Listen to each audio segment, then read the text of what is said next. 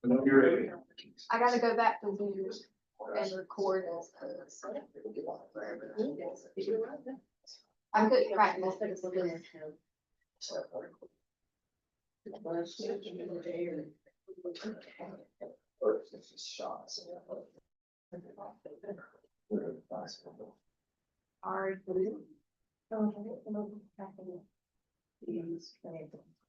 Turn the video on. And it says I need to hit record. It's right there to the left, right there.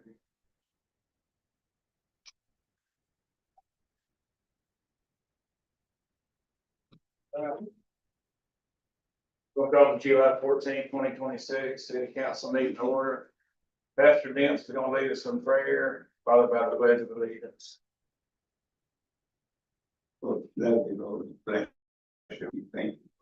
Country, thank you, state, a county, and a city that working on our behalf. Thank you, God, for wisdom and knowledge and understanding to not be able to do the job that needs to be done in the city and the county and this other state. I pledge allegiance to the flag of the United States of America and to the republic for which it stands, one nation, under God, indivisible, with liberty and justice for all.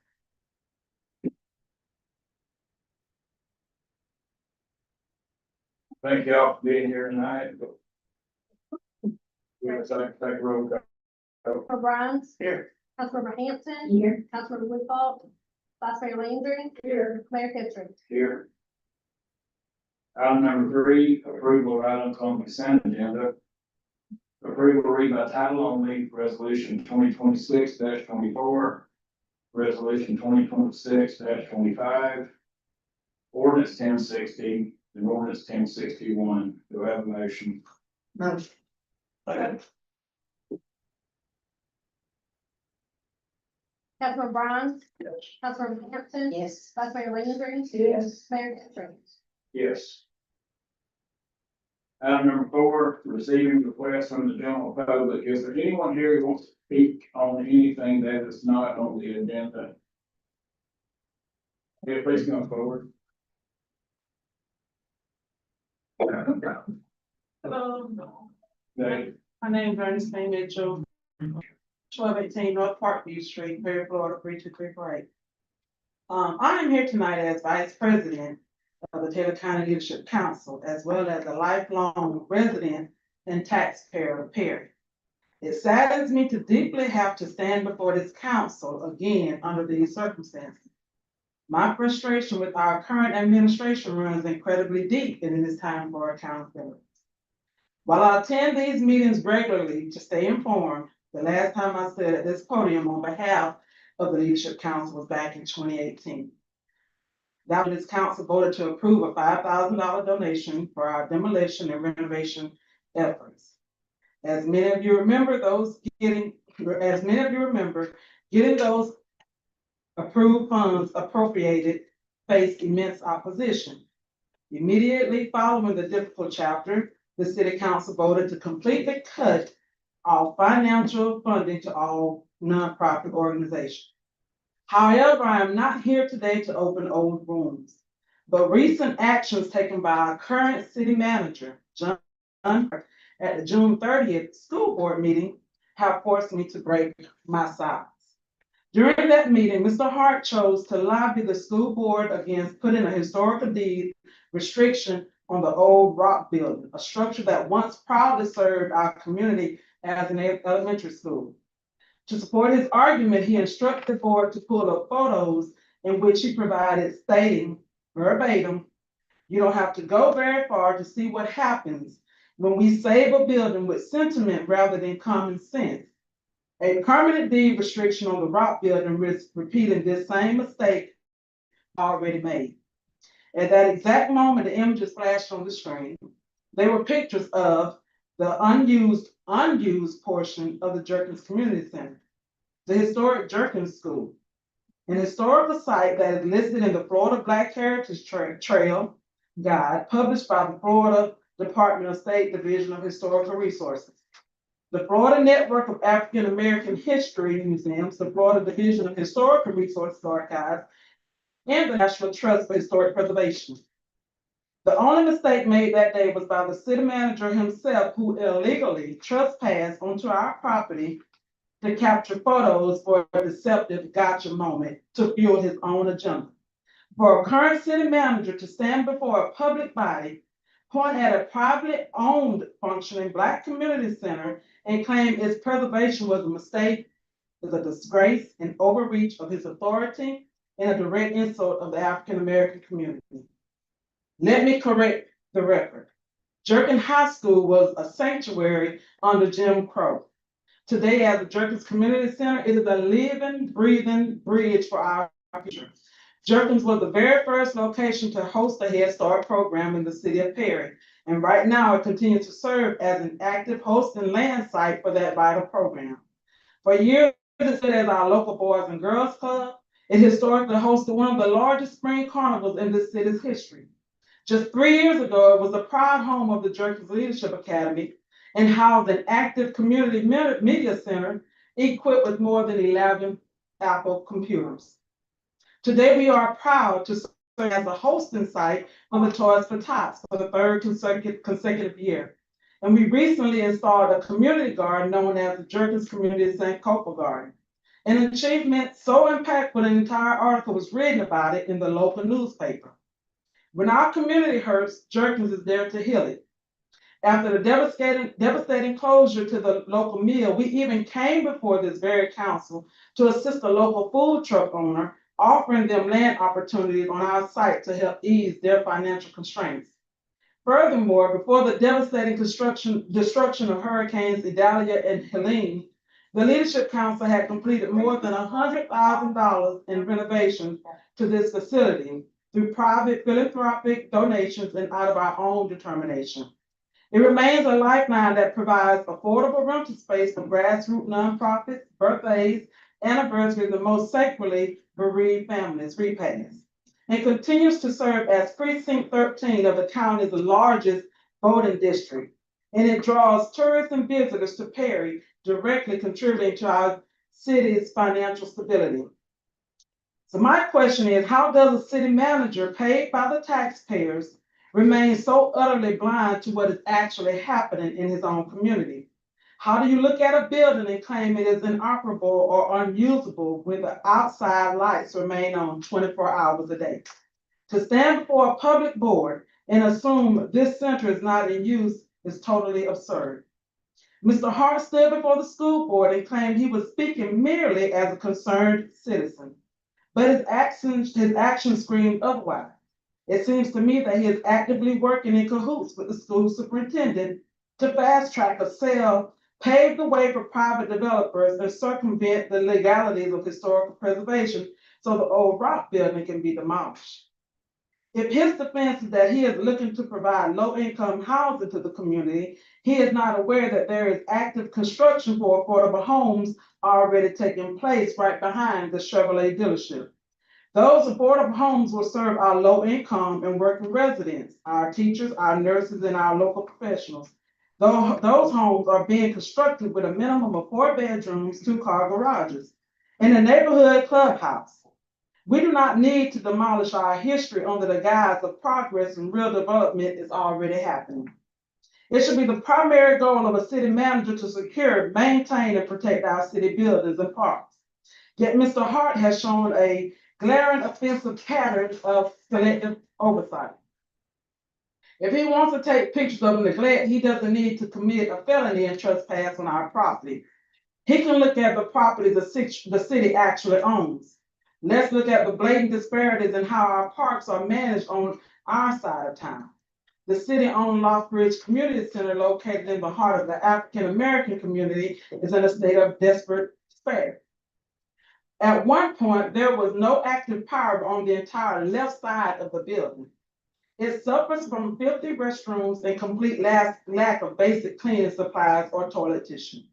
One community member stated on Facebook she was making mud puddles when she tried to mop it up. Another community member stated the walls and floor needs to be pressure washed, so do the tables and chairs. At the Gerald Walker Park, or as many of us call it, Jerkins Park, the splash pad had so much standing water at one point that our children were trying to swim in it like it was a pool. Residents have continuously complained that the water at the Jerkins Park splash pad runs significantly hotter than the water at the city's main splash pad. Furthermore, when we use Lockridge Park for the May Day kickball, and I want to say thank you, the May Day kickball game, players literally had to pick briars out of the softball field by hand because of the absolute dereliction of our public field. Why didn't Mr. Hart capture photos of that? Why didn't he display the dozens of privately owned empty crumbling buildings all over Perry before and after the storms? He didn't bother visiting the old Gladys Moore School where the back portions are heavily dilapidated. He didn't even bother to take pictures of the inside or outside of the old rock building to make his actual argument. Instead, he targeted Jerkins. You do not get to turn off your title as city manager when it is convenient for you to dismantle our community's history.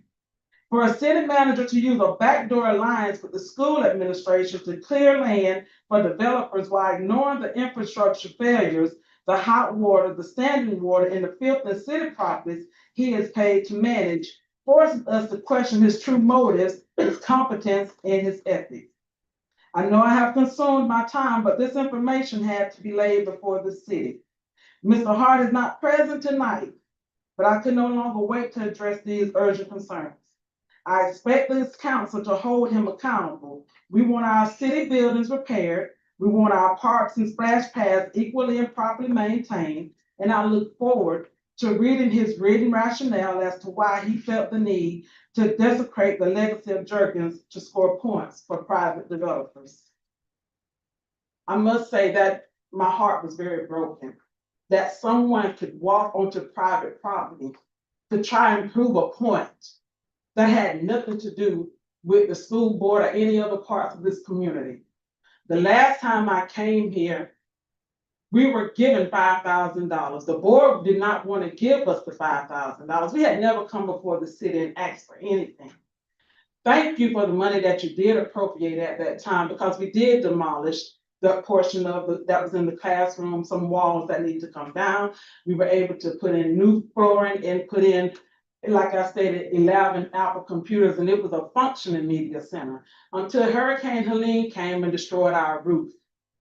So for someone, there are portions that, once again, because of the hurricane, funding does not run like water to our community. So yes, we do have some areas that once we did clean it, it was perfect. I even showed him pictures that clearly showed we had taken care of those areas, but due to the storms and due to lack of resources in this community, we are still hurting. But for a city manager to cross the line and walk on private property, I have a very big problem with that. Because I, as a regular citizen, as he stated, could not go to one of your homes or to one of your private businesses and take photos and display it across the school board. That is a disrespect to us, to an organization that's been around since 1993, to a school that was built in 1951, to a school that has suffered so much in this community. And now it is functioning, and it's still functioning. We are still open. And to say that it's unused, that was a slap in the face. And for him as a city manager not to know what's going on in the community, I pray that you take this time and really review his work, as I know that that process is coming forward. Because once again, I do attend the meetings. I pray that you all really, really look into what you have as a city manager of operating in this community. Thank you. Thank you for sharing that with us, and I just want to say I'm really sorry it happened. That's all I can offer at this point. I greatly appreciate that. I really do. Thank you. You will be coming back before us, right? Yes. Okay, thank you. Is there anyone else that has anything that is not on the agenda? Hearing, seeing, no one will move on to Item 5 was bids and RFQs. Do we have any bids or RFQs at this point? None, okay. All right, general business. Agenda item 6A. Council to discuss DW 620290 supplemental appropriation for Hurricanes Helene and Milton agreement. Council will take any action deemed necessary.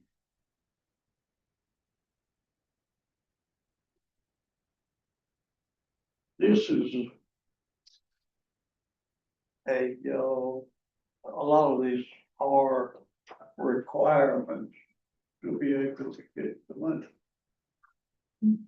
Now, if you look at item 6A, this funding supports a new water well and water main replacements.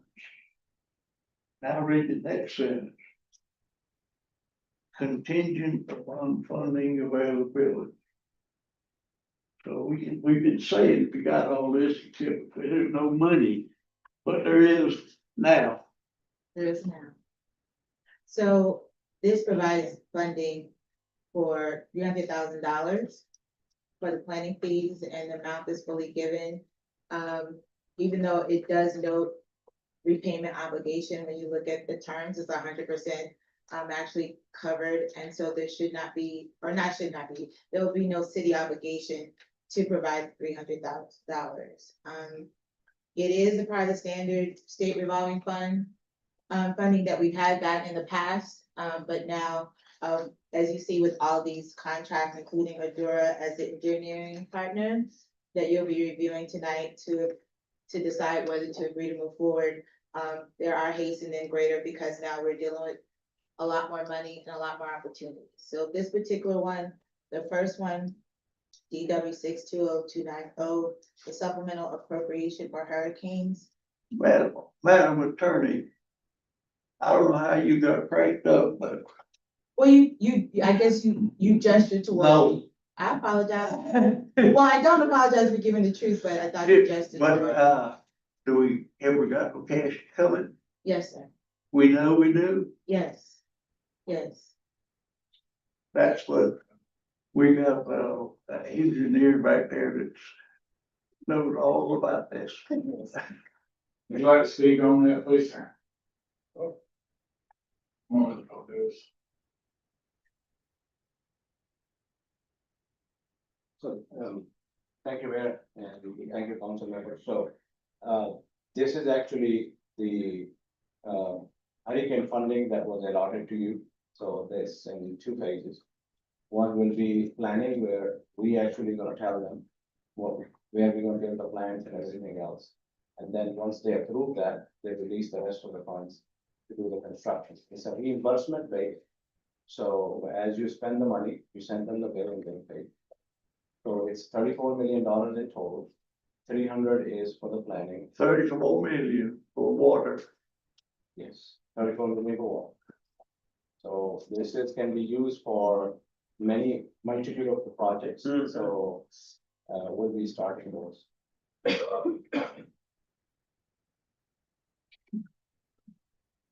There's one more coming later on. That's what this one. So all you need to do is have the mayor sign it, give approval for mayor to sign the contract. To move forward. For It will. the others, but like the sewage thing and everything else. So the next That's all two we items, did. no, so this is just the water. Okay, this one, okay. Yes, and then there is another contract which will come for sewer from SRF Yes. next. But the next item on the agenda is different one. Well, if you want to go ahead and explain that. Is there any more discussion on item 6A? If not, I'll entertain, I'll entertain a motion on item 6A. Motion, we have a second. Motion, Councilman Bronze, yes. Councilman Hampton, Yes. Councilman Woodball, Councilman Vice Mayor Landry, Yes. Mayor Pitcher. Yes. Agenda item 6D, council to discuss engineering contract for MS-032 grant, wastewater treatment facility, liquids handling improvements. Council will take any action deemed necessary. Motion, sign the contract. A motion, have a second. So the next, you want me to discuss all three together? Okay, so item B, C, and D, the city actually received CPDPR funding. And those are two for water, wastewater treatment plant, one to do improvements at the wastewater treatment plant. Another one, you do not have any biosolid facility to handle the solid that's generated at the facility, so that's to do that. And then for the existing well, which the city has been using and has more treatment, it will provide a treatment for that. The funding has been given to you with Board of Commerce, and this is the contract to start the work. Without that, you can't do anything. And there's an amount of, It's 25 million. So there is 12 for wastewater improvement, I think approximately 8 for the solids and 4 million for water. can you be able to start on water having you, Yes, that's already started. Water pump station we talked about. okay. Yeah, it's already, yeah. This Great, was- great. So this is for to approve our contract. This went through a selection process and we were selected. You good? We have a motion on the table. Ryan, do we have a second? Ryan, second. Second, Ms. Hammond. Councilman Brown, Yes. Councilmember Hampton. Yes, Vice Mayor Landry. Yes. Mayor Gibson. Yes. Agenda item 6C, council to discuss engineering contract for NS 033 grant wastewater treatment facility solids handling improvements. The council will take any action deemed necessary. Motion, sign contract. Motion, we have a second. yes. I just wanted to make sure that everyone here understood it. What was going on? Does anybody from the public have anything to address on these, any of these items? Okay, very good, thank you. A motion, a second. Councilman Brown, Yes. Councilmember Hampton. Yes, Vice Mayor Landry. Yes. Mayor Gibson. Yes. Agenda item 6D. Council to discuss engineering contract for MS 034 grant drinking water plant rehabilitation. Council will take any action deemed necessary. Motion to sign. Councilman Brown, Yes. Councilmember Hampton. yes. Vice Mayor Landry. Yes. Mayor Gibson. Yes. Thank you, sir. Agenda item 6E, council to discuss flock cameras and council to take any action deemed necessary. One, Chief. Mr. Mayor, we have a representative from Flock here tonight.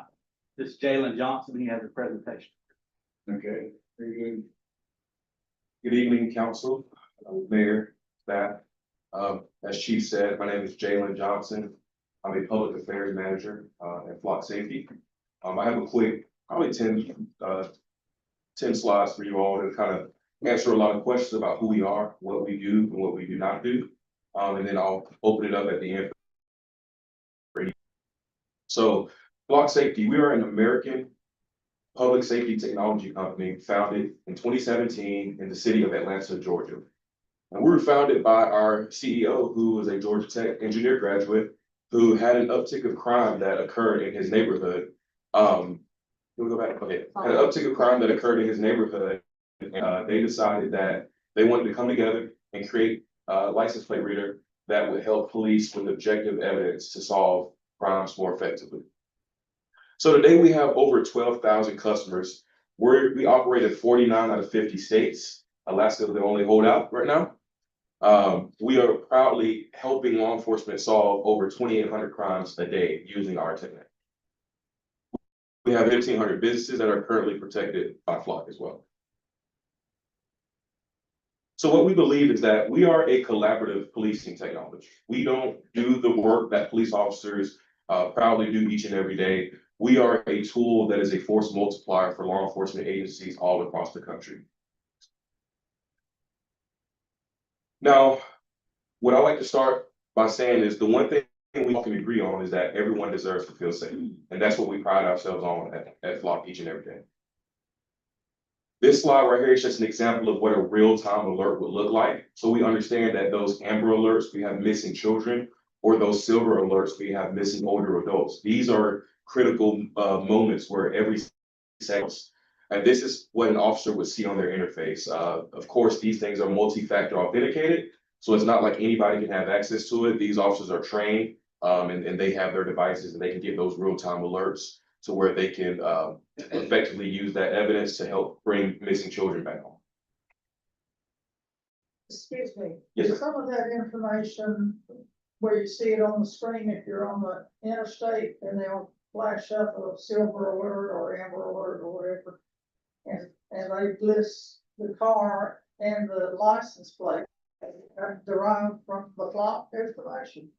No, so we don't create those alerts. Those are state and local law enforcement agencies that will create those alerts, but we're just a system to where, like, if a license plate is connected to a missing child, if one of our cameras get a hit on that license plate, it'll then be sent to the law enforcement agency to kind of match it and say, hey, we just saw this vehicle at this location at this time.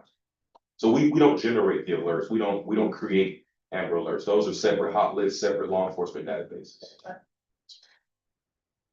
This slide right here just kind of shows what we're viewing when we are capturing those point in time images. So there's a lot of misconceptions about automatic license plate readers and what they do.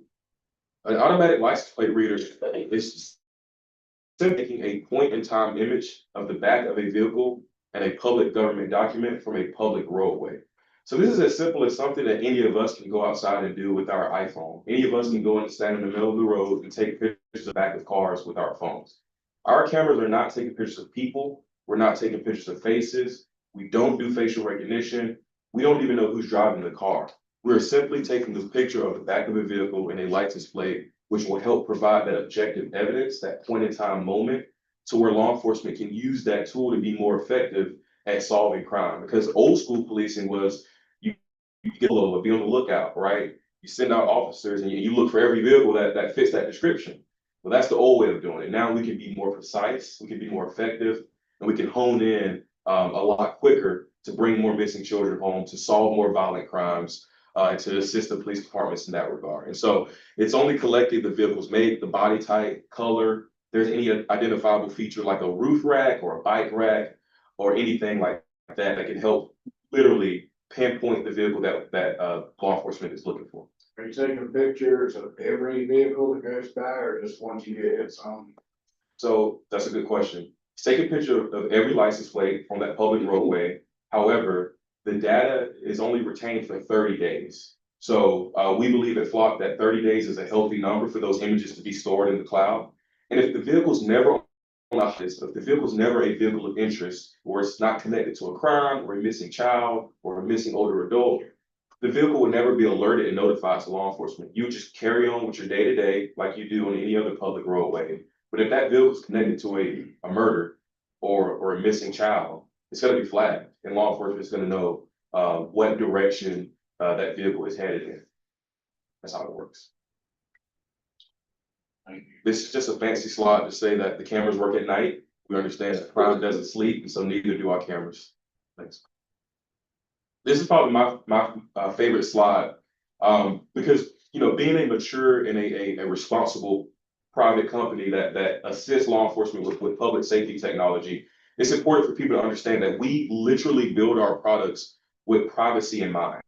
And so the data is 100% owned by the customer, which is you all. The city owns the data 100%. We have no access to it. No one can come to us and ask us to release something to them or to give them a back door into your systems. Your administrator controls your data. What do we mean by data? Let's go back to what we were talking about on the original slide. It's simply a picture of the back of a car of a public government document from a public roadway. We don't have access to PII, personal identifiable information. We don't have access to any CJIS, criminal justice, data and information that only law enforcement officers are privy to, right? So again, we take a picture of the back of that car, police still have to do the job of police. They still have to verify that plate, that human element is still there. and then they run that plate in their criminal justice systems to then find out who you are, what's your, address and all that private information. We don't have access to any of that. Private customers do not have access to any government data or hot list. So what do I mean by that? We also have like HOAs and different community groups are able to utilize our products, but they don't have access to the same database systems that law enforcement agencies are privy to. Again, Just out of curiosity, what would the HOA be? What would they be? Yeah. So it's a great question. So in fact, we actually started when Flock was first founded and first created. Our first customers, our first products were used in HOAs and community groups. That's how we started. Law enforcement weren't our first customers. It was community groups who basically wanted those cameras at the entrance and exits of their neighborhoods because they saw people breaking in cars and crime were happening. Well, they were able to collect the license plates using those cameras, and then they could turn over those images to law enforcement, who then could act on that objective information. So they're not. It's simply just a camera. That's all. And so they would turn over those images to law enforcement, and then law enforcement could thumb through them appropriately and then kind of narrow down how many times has this car been in the neighborhood and investigatory work. So again, we're not taking any of the police work out of policing. The police still have to do their job. We're just giving them a tool, like another tool in the belt, to help them and assist them in their role more, efficiently. It helps them do the job quicker. It's not the old way of policing. It's more technological, a new way of policing. Again, our license plate readers are only taking images of publicly available information. Only your agency decides who to share with, not Flock. Again, there's no backdoor access. There's no Flock person telling who Perry shares with. Your community, your agency decides who you want to share with. If you only want to share with adjacent counties and adjacent agencies, it's your prerogative. If you only want to share within the state of Florida, it's your prerogative, and vice versa. You want to share with any federal agencies, for example, that's your prerogative. We've made it extremely clear that we have nothing to do with that because we understand that community safety, community values do not have to come at the expense of community safety. Those two things can and should exist at the same time, and it is up to you all to decide who you share with. Again, no facial recognition. And if you look on the right side, all of our data is end-to-end encrypted. Every certification at the federal level that you can think of, all of the fancy three-letter agencies, we're FBI CJIS certified, we're NDAA SOC 2 Type 2 certified, and they'll screen for all of you cybersecurity nerds to read. And if anybody needs any more detailed information on our cybersecurity posture, I'm more than happy to provide that to you at the end of the meeting. I myself am not a cybersecurity expert, but I can help get those answers for you. You said that it's deleted after 30 days. Yes, ma'am. Flock deletes it. But what about the police department that has the information? Are they required to delete it after 30 days? How does that work? It's a great question. So if an image is being used to as evidentiary purposes, right? So let's say a armed robbery occurs and we have a partial plate, the agency finds that vehicle, and it is now that's a part of the investigation. Whatever your local and state applicable laws are in regards to the preservation of evidence, that will fall under that statute. So then they can take that image out of the database and use it for evidentiary purposes. So that's a separate, that's a separate item from just Flock. So About plain images that aren't meaning anything, if you delete them after 30 days, how does the city delete them after? oh, it's If you want to come up and when he just finished this presentation, if you would, you can come up and all the questions you want to. Okay, thank you. okay, so like I said at the beginning, if a vehicle is not on the hot list, if it's not connected to a crime or a missing person, if it's not flagged, if there's no reason for that vehicle to be looked at by the police department, again, you're on your day-to-day drives, right? You're not connected to a crime missing person. That image is automatically deleted after 30 days because it's not being pulled from the system to be used for evidence purposes. And so unless it's being used for evidence, it's hard to delete after 30 days. But if they need it, they still have access to it. Only within that window. And for example, if a crime is committed at day 31 and they realize it, the police department realizes it at that time, it's automatically deleted. It's gone. Even if they want to go back 31, 32 days, it's gone. So our system automatically deletes those. So if they want to preserve any images or any data for evidentiary purposes, they have to pull it out within that 30-day window. there's no way, no other way to get around that. So I mean, it's unfortunate, right? So like if a very heinous crime happened, yeah, They better do their diligence early. yes, yes, ma'am. I have a couple of questions right now, if I may ask. Yes, sir. When it's deleted, how is it deleted? Yes, sir. So the images, they go to a secure AWS GovCloud. And there's a whole process of how the images are pretty much bleached out of the system. They're kind of white. So that when all the servers aren't at your facility, they're. That's Amazon. It's a GovCloud, it's a web, so it's not like a physical location or anything. It lives in the cloud. We don't have a physical facility where we store it. So you delete it off the cloud? Yes. Okay, and you said you don't use facial recognition. Correct. We do not use facial recognition. Okay, it's recognizing cars, it's recognizing tags, but it's not recognizing faces. Correct. It's only taking the images of the back vehicle in a public government document. So it's using recognition software, not facial recognition software, is that what I'm understanding? I'm sorry. It's using recognition software, but it's not using facial recognition software. It's using all sorts of like machine learning and things of that nature to capture images of a license plate. That's what it's designed to recognize. It's not designed to recognize people whatsoever. So the hardware does not have the ability to do that.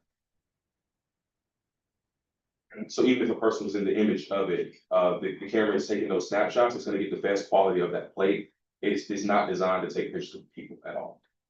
How do you prove who's driving that vehicle? Yeah, that's more in depth when you get to criminal justice and law enforcement related things. So Why do I want something that's gonna cost me a bunch of money? Yeah. That, you can't identify who's driving. So there's a lot of different ways you can point a vehicle being at a place at a certain time. Now you get into more of the criminal justice aspect of it and the prosecutorial aspect of it, but we've been very successful all across the country, and I'll get to that in a second. When you look at some of our case studies, we've brought home thousands of missing children from family domestic violence, where you may have a husband or a wife going through a hard time, and one of the parties decides to take the child, and they drive three states over, and our technology has been used to identify that vehicle and law enforcement conducts a traffic stop and return that child to their family before. So Child, I'm talking about driver of the vehicle. Mr. Bill, that's up to us to do our job to investigate that. That's what- Yeah, I understand all that. Yeah. But I bet those two attorneys out there got a different opinion. How you gonna charge somebody you can't see them? You can't prove who's driving that vehicle. And the stuff's worthless then. So yes, sir, I appreciate your question. I'll let them get into more of the prosecutorial aspect of it. I can only speak to the objective nature that our technology has been very successful all across the country. Again, at reuniting missing children and at solving and at helping law enforcement solve some of the most heinous crimes that we've seen across our country. There's been a lot of high-profile shootings, a lot of high-profile crimes that happen all across the country, and our technology has been instrumental in helping law enforcement solve some of those major cases that we're all aware of. Who owns this? Is this a corporation? We're a private technology company, yes, sir. Is it a corporation? Yes, we're a private technology company. Who owns this corporation? We have a founder and a CEO. He's the founder and owner of the company. His name's Gary. And I'm really referring to, line location, the line location in Florida. That started out as something like this. And the man that started that had a good friend in the Florida legislature. And they convinced the state of Florida to purchase this information. Has this ever been up for sale? I'm sorry, can you ask your question again? Okay, has it ever been up for sale? Has our company ever been up for sale? Not to my knowledge, no, sir. I don't think so. Look, you know, I don't believe in it, I'll tell you that right now, for free. But,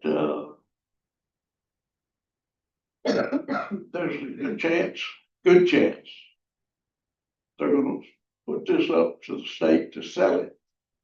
And then we're gonna make millionaires out of a handful of people, whoever they are that own this place. It's a great question, but I can say from my knowledge that that's not a part of our business model and who we are as a company. And again, we're trusted by over 20,000 different customers in 49 out of 50 states. We're just an assistive technology, like another tool for law enforcement agencies to keep communities safe. And I understand your concerns and the points that you've brought up. And when we've had some of these concerns from other communities, they quickly realized that the technology was much needed. And they quickly brought us back in and turned the technology back on, because it is a game changer, the way that we can use technology to help law enforcement do their job just a little bit better. We're not replacing them. It's just another tool. I can see some of this in these big cities that you've got listed in here. But I sure can't see one in Perry, Florida. Amen. You know, and the thing is, Madison, Florida. that's a great point you brought up. But the thing is, you know, crime doesn't know any borders. It doesn't know Tallahassee from Perry, Florida. And we've seen that all across the country. In fact, criminals are more likely to go to places where there's blackout spots, and we've noticed some of that. And so that's a great point that you bring up, but I think that it actually makes it a little bit more vulnerable when agencies around you are using all of the tools at their disposal, and criminals start those things out and they quickly exploit it. We are a very honest company, and we adapt to the needs of any community. We give you the tools and we give you the resources to craft our product the way that it works for your community. Again, your community values matter, and the two things can exist at the same time. I have a few questions, but are you done with the presentation? No, ma'am, I'm not. Here we go, sir. Thank you. This right here is what we call a transparency portal. Again, what mature companies do is they want to be upfront and honest about what we are doing. So your agency has the ability to have a transparency portal that you can put on your city's website, or the law enforcement agency can have their own website where it shows what agencies you share with. It shows the retention policy. It shows who has access. It shows all types of information about your system that the public can go on and they can read for themselves. It's just another way that we want to be upfront, open, and honest about how our technology works, what your agency is doing, and how we keep a permanent audit trail. And I think that's a really important point as well. Whenever any agencies are using our tool, every law enforcement officer has a permanent audit trail. So anytime they log into the system and they search a plate for any reason, it is immutable. It cannot be edited, cannot be deleted, cannot be modified. It is a permanent audit log of whatever your agency is doing for you all to review and have oversight into that process. Again, I've been discussing this all day, but I think it's really important to hone in on the fact that we work in 49 out of 50 states. Denver is different than Perry. Tallahassee is different than Perry. Atlanta, Georgia is different than Perry.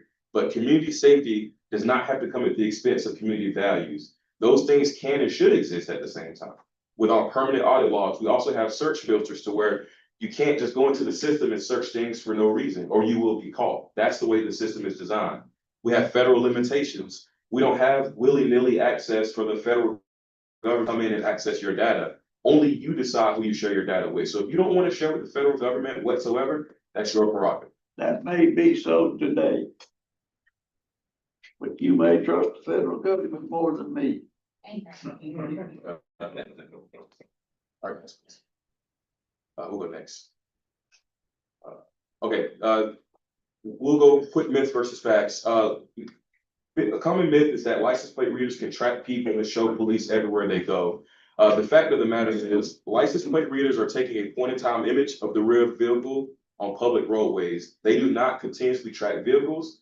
Any images not used for an investigation are deleted. Courts have consistently found that taking images of public documents, aka license plates, on public roadways is not a violation of privacy. The second myth is that license plate readers violate the Fourth Amendment.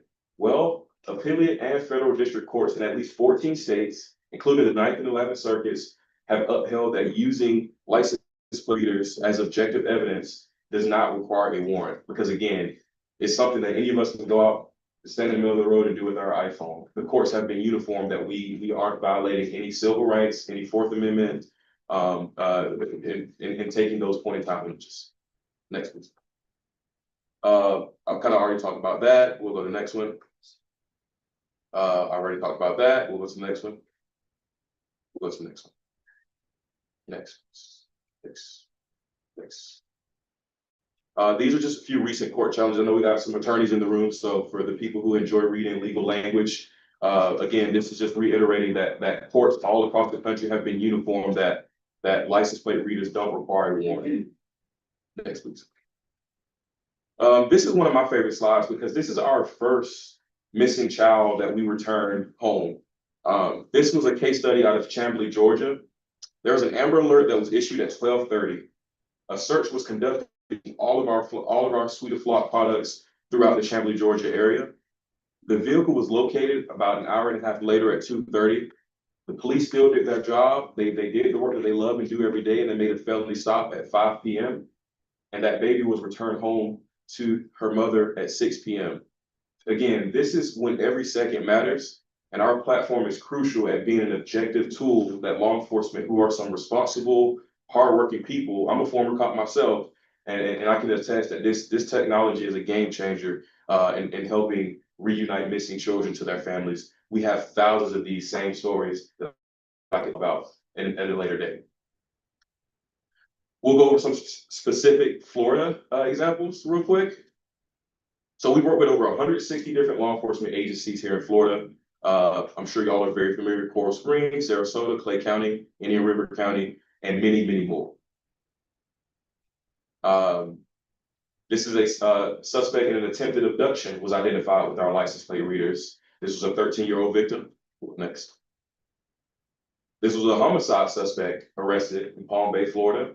As you can see, our flock cameras were able to track that person down, and law enforcement did their job and took him into custody. This was an attempted child abduction. We were able to use our license plate reader technology to get that child back home. This is a double homicide in St. Petersburg. 2 murder suspects were out. Our license plate reader technology did what it does best, assisted law enforcement, and they were able to make an arrest with the double homicide suspects without incident. And that is my presentation. I'm subject to your questions. Do you have a contract with the city of Fairfield? Yes. Yes. Yeah. Yeah, we have the trial contract, yes. Trial. Yeah. We have to send you that. On that, yet, No, you haven't. why not? It was the trial. We provided to the newspaper as well, but I haven't been asked by the council to provide it to see what we're. But you always provide us information, but not with this, We do So provide we you don't- with information, yeah. not with. Okay, Did, on the operation, we have 9 operational right now. right? See, that's, I'm getting conflicting. I'm calling it. The newspaper says they're not in operation. Not You all, say, not all are operational. and you told me that this is how you found mine, hit and run first. Yes, It's through flock cameras. yes, Those are operational. yes, Where did you get that from? yes, ma'am. So at what point will you come into council? Whenever a finalized contract is in place for funding, that's when we would bring it to the council. You don't, that, putting all of these cameras up, that you shouldn't come before us before this happened. And you know, hindsight, yes, we probably should have done that, but at the time, it was told to me it was okay to run the trial, By city manager. John F. City. Not me. Okay. I just really don't think. If you want to speak on it, Andy, or. Well, yeah, I will. You know, part of this is everybody, you Flock. Flock is a company. What we're talking about is ALPR programs, automated license plate reader, what this is. There's 20 to 25 companies out there that do this already. You know, some of them that you may know, Axon is the maker of tasers. We know we use taser in our job. Motorola has these and many more. This has been in existence for years. This is nothing new. This has been used by many agencies throughout the United States for years. This is not new technology. It's just new to us. We have used these successfully, and we've talked about this. We solved hit and run crashes. We solved the burglary where a person, and within an hour, we recovered all the stolen property, and we had the person arrested that had stolen all this property from their apartment. We used it to locate a person that went missing from a jurisdiction near us before they entered the silver alert. They sent a message to our dispatch center that this is the tag we're looking for. This elderly guy's missing. He has dementia. Within 45 minutes of us having that tag, we were able to find him and return him to his family. That's a success story. We're not talking about technology to do bad. We're talking about technology has to be used properly and make sure we have the right policies in place to do it. We still have to do the law enforcement function. We still have to investigate everything that's going on. We don't just go and stop the car because we think who the driver is. We have to have another reason. We get alerts for expired tag, expired driver's license, suspended license, sexual predators. There's a list of them. But we still have to do the law enforcement function to find out who the person is. It does not give us any information about who the registered owner is. Flock does not do that. ALPR systems don't provide that to the officers. To run it into a separate database that we already have access to, that we audit regularly as well. There's checks and balances to build in this thing. I ran an audit today on the use that we've had in Flock. It takes just a few minutes and it tells me, well, if the tag's been run multiple times, and I can go pull the case number. And the reason they entered. So they just can't run it because they want to. They have to have a legitimate reason and enter the case number and the reason and the reason behind it. And we can compare it to our CAD system. Now, I know it's a big issue about the protection of this data. It's very limited on what they have access to. We have access to more sensitive information to our regular databases than they have access to. They're merely running hot lists. And what a hot list is when someone has a silver alert or some other reason to have that tag flag is what we get. That's what's provided by this system. To find out anything about the person that owns the vehicle, we have to run it in a separate database. There's always talk about, hackers. Well, if we're gonna worry about hackers in this system, limited information with no personal identifying information, why not worry about the credit card companies that are hacked? 170 million people in one incident with all their personal identifying information is compromised. Provided them with the name of their next of kin, their mother's maiden name, social security numbers, everything that someone needs to do to get into your personal life are in these databases. If we're going to do away with LPR systems, let's do away with the online banking system. There's been more compromises there that has hurt more people than somebody seeing your tag, a picture of your tag on your computer. These are tools for us to use. It doesn't provide us anything more than what he's explained or than what I've explained. It's a tool for us to use. It's a tool just like the body cameras we wear. Transparency with that. We provide requests. We provide people with information on that every day. We get many requests for that. There's a way for people to request their information if it's been flagged in the system, and we can provide that. The transparency portal has not been turned on because we paused everything with Flock. Any expansion or any other programs that we do with it, we've held what we have. We haven't gone any further. That's the reason there's only 9 until we can find out what direction we're gonna go. My problem is that with the school cameras, you came to us Yes, before we did anything. yes, ma'am. And I feel that you should have come before us, before installing these cameras as well. And then, but everyone wouldn't be. And they know what was going. Yes, ma'am, and that's my mistake, and I will own that. The reason we brought the school camera to you is by law, we were required to in the beginning before an ordinance to be passed. That's the reason.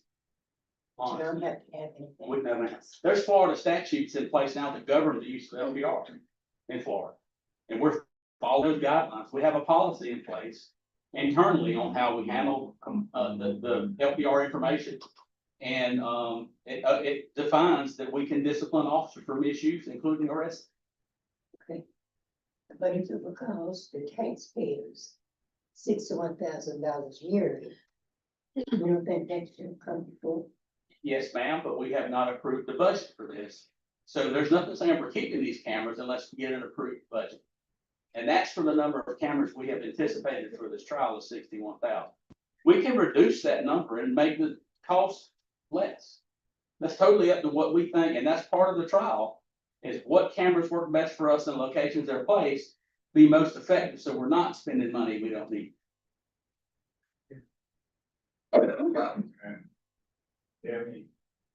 Anybody have any I'm questions? glad to know that we could use the Yeah. number, because I think the 61 is a little high. Yes, ma'am, we can reduce it to whatever number we think is appropriate. It's not 61,000 for the program completely, it's a cost per camera. Yeah. And you know, and don't forget, in that, we've got 5 cameras for parks that do not have LPR technology built in, they don't have facial recognition built in, it's just surveillance in the park. And we know we've had problems in parks for how long with damaged stuff. How is that gonna help if you don't have facial recognition? It's just not in, it's not in. What is it gonna capture? Actually, we will be able to review that video for 31 days. That's the block system? Yes, a block surveillance camera, it's just, it doesn't do any LPR. So it can do live video. Yeah, it can do live Store it. Yeah. So you can see who gets in and out of the car. Now, if, It's your typical video surveillance cameras, like you go to a bank or if you go to a school, it's a typical video camera that's been around for decades. so if we wanted facial recognition or AI to help us identify clothing or whatever, there's another camera system out there that we've looked at in the past that would do that for us through Trifendra. If that's something that we wanted to do, but I didn't think we needed to do that in the beginning. Let's use surveillance cameras to look at the issues and problems we're having, and we can go back and review it in time frames we know the issue occurred. How are they protected from damage? We have a warranty with those cameras. Somebody's gonna tear them up. Yeah. That's gonna happen. Yeah. That's part of the expenses of working with them, is they warranty this stuff and help us. Replace, Yes. repair, or whatever it Yes. costs to us. Yes. It's built in cost. Yep. We have one in the church. Yeah, it's right, I think that should be removed. That church authorized that placement there. Well, I'm sure they wouldn't say no. I didn't talk to them. I did not speak to them. I would actually find another place. And that's something we can talk with our representatives about to find a different location. Who's saying we're gonna keep that camera either at this point? That's what I'm saying. Yeah. That's the focus be. All right, appreciate All it. right. Thank you, David. All right, thank you. It's up to the county. Well, there's a, hey, man, the purple shirt, hands up here. Yeah. All right. You guys asked- If you would come on, and I will ask everybody if they would hold down the out. You say I have questions. Oh, hold on, please. I'm just gonna ask everybody, that we're trying to take minutes to record the meeting, so if you would just. Please don't be up from your seat. If you got something you want to say, let everybody speak. Try to keep it 3-4 minutes or less if possible. And, let's just try to keep it over, instead of what we can. Could you also provide your name with Yvette Vessel, Yvette, YVETTE. Was it Mr. Johnson? Yes, ma'am. You said that it's safe in the cloud? Can you, I'll. We should Yeah. keep going to all these. You said it was saved in the Yeah, cloud? obviously, can you address the council first, and then I can answer your questions afterwards? I have questions for him about how the storage is in the database. You need to give your name and address. Oh, address 1545 Old Road. Very short. Okay, so, Yvette Bessel, very hard to say. I'm sorry, no, I said it, but I spelled it, Yvette Bessel. Okay, your question is about how it's stored. Yes, about the database Okay. and the storage. if you can ask the question of the council can ask him the question. So he's running, that's the way this works. I understand. Yeah. Is it stored in the cloud? And you said earlier, it's stored in the cloud. You said earlier, it's stored in the cloud. Yes. So let's say the city administrator forgets their password, because he says they have no access to it. How do we get back in do you not have a person that can access this to help the city if there's a problem or if somebody quits a job, then how do they get back in? Okay, I can answer that. We have 2 administrators in the system. And anyone that's an authorized member of the agency can contact the Flock vendor and ask them to help us get back in. So they set it up. Yes, All right, so then that's my question. So you're telling me you have no access and no backdoor access into a system, but I've never set up a database, installed a database that I can set up a password for and not have access to. So you can set up passwords for people, install new people into it, but you're telling me you have absolutely no access to the database. you can ask another council. They're telling me they have no access to the database, even though they set up the passwords and set up the people who have access. Because that's what he said. He said, we have no access to your data, but he sets up the people that do have access. I'll let her finish her line of question first, then I come. That's my question. So you're telling me you really have no access to the data? So, Mayor, you can finish your line of question, and then once you're finished, I'll come back in. That's my whole question about the access to the data. You're done now. Mhm. Okay, so I'll come back up and I'll address the council. Thank you. Yes, so I appreciate those questions. And I think the line of questioning that she's going down is trying to go down a rabbit hole of a lot of technical cybersecurity questions. As I already stated earlier, I am not a cybersecurity expert. However, I can get very detailed answers to any of those questions in writing to the entire, but to just address her concerns that she was asking. I really like what the chief said earlier, right? Like, this is not new technology. This is not a new phenomenon. This is stuff that's been around for decades. Asking that same question, you can ask that about any system you have in place. You can ask that about the existing systems they already use right now as law enforcement officers. I think it's a little disingenuous to try to connect those pieces and say, we have some type of backdoor access when I've already addressed the council and stated that we do not have any backdoor access. Of course, we are a vendor, we're a company that's going to help them set up their accounts and help them get everything going.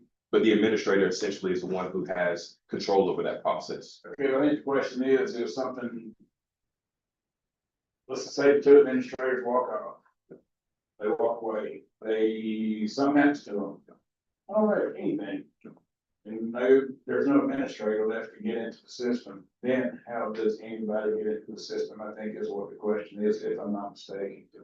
If there is no backdoor access. So, the only option we would have is to contact the account administrator for Flock and tell them we need access, and they would create a new user.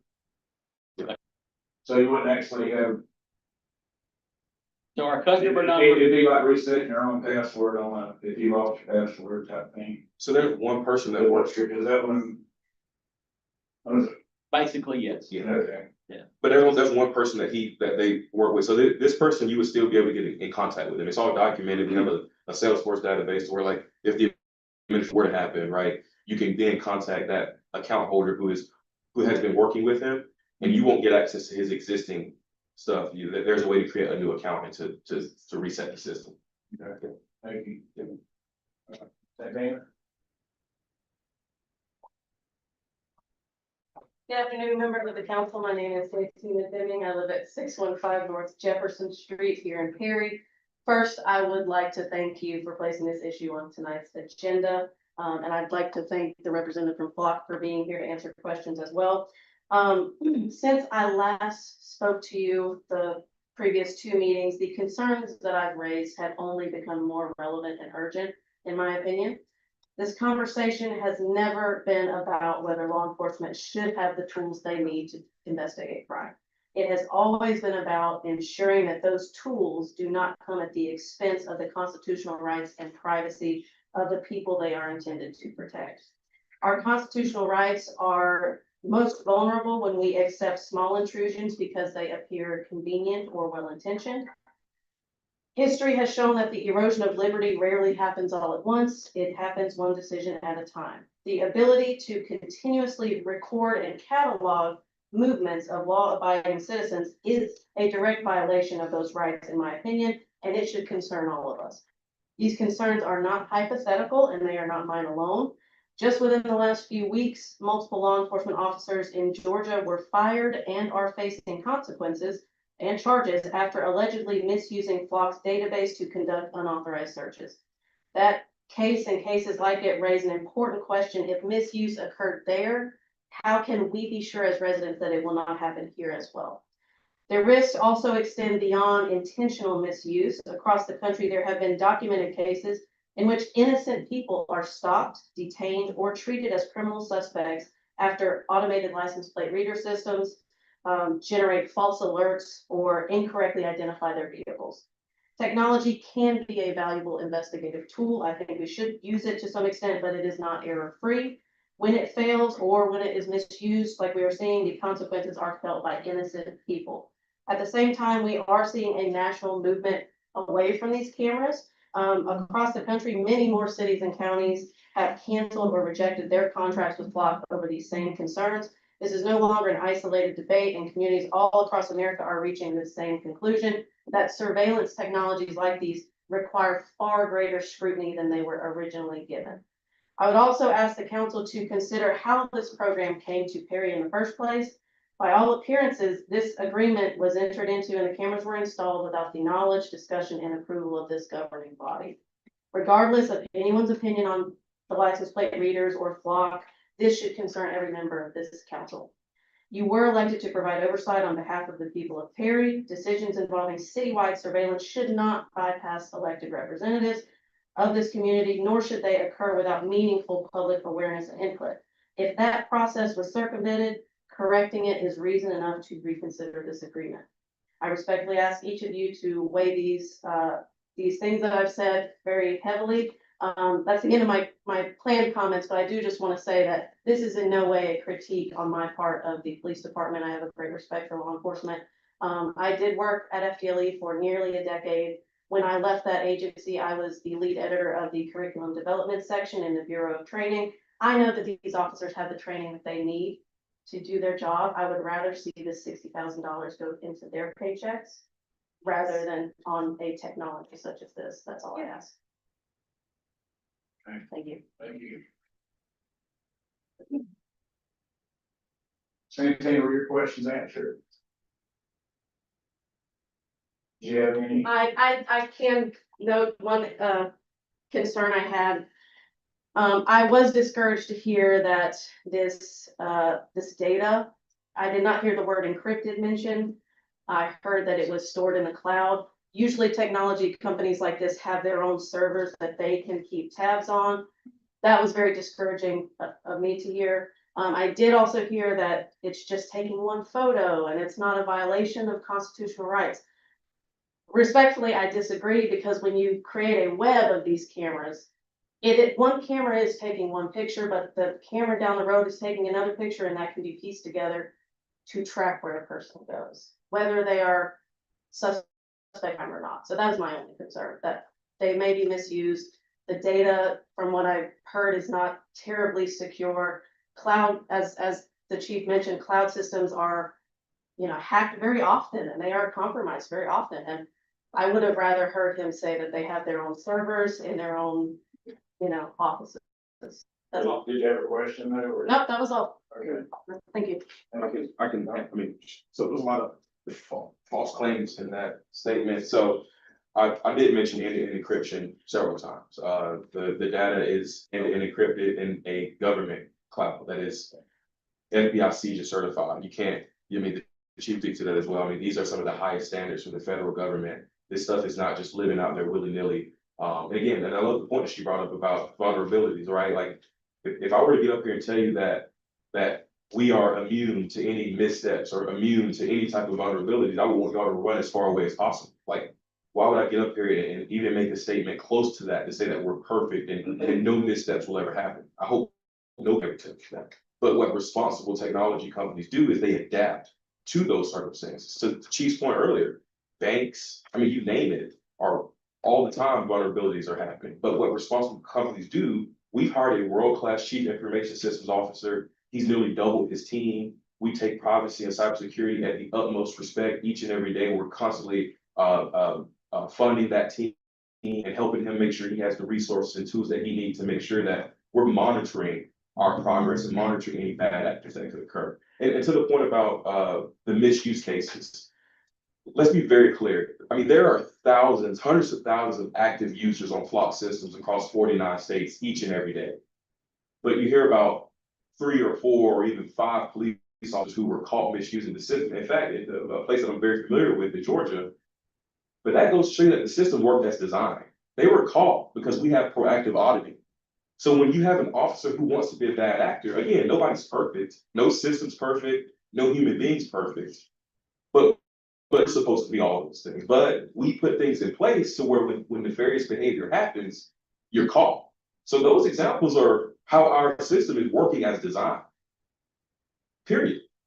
The officers misused the database, they were caught, fired, and arrested.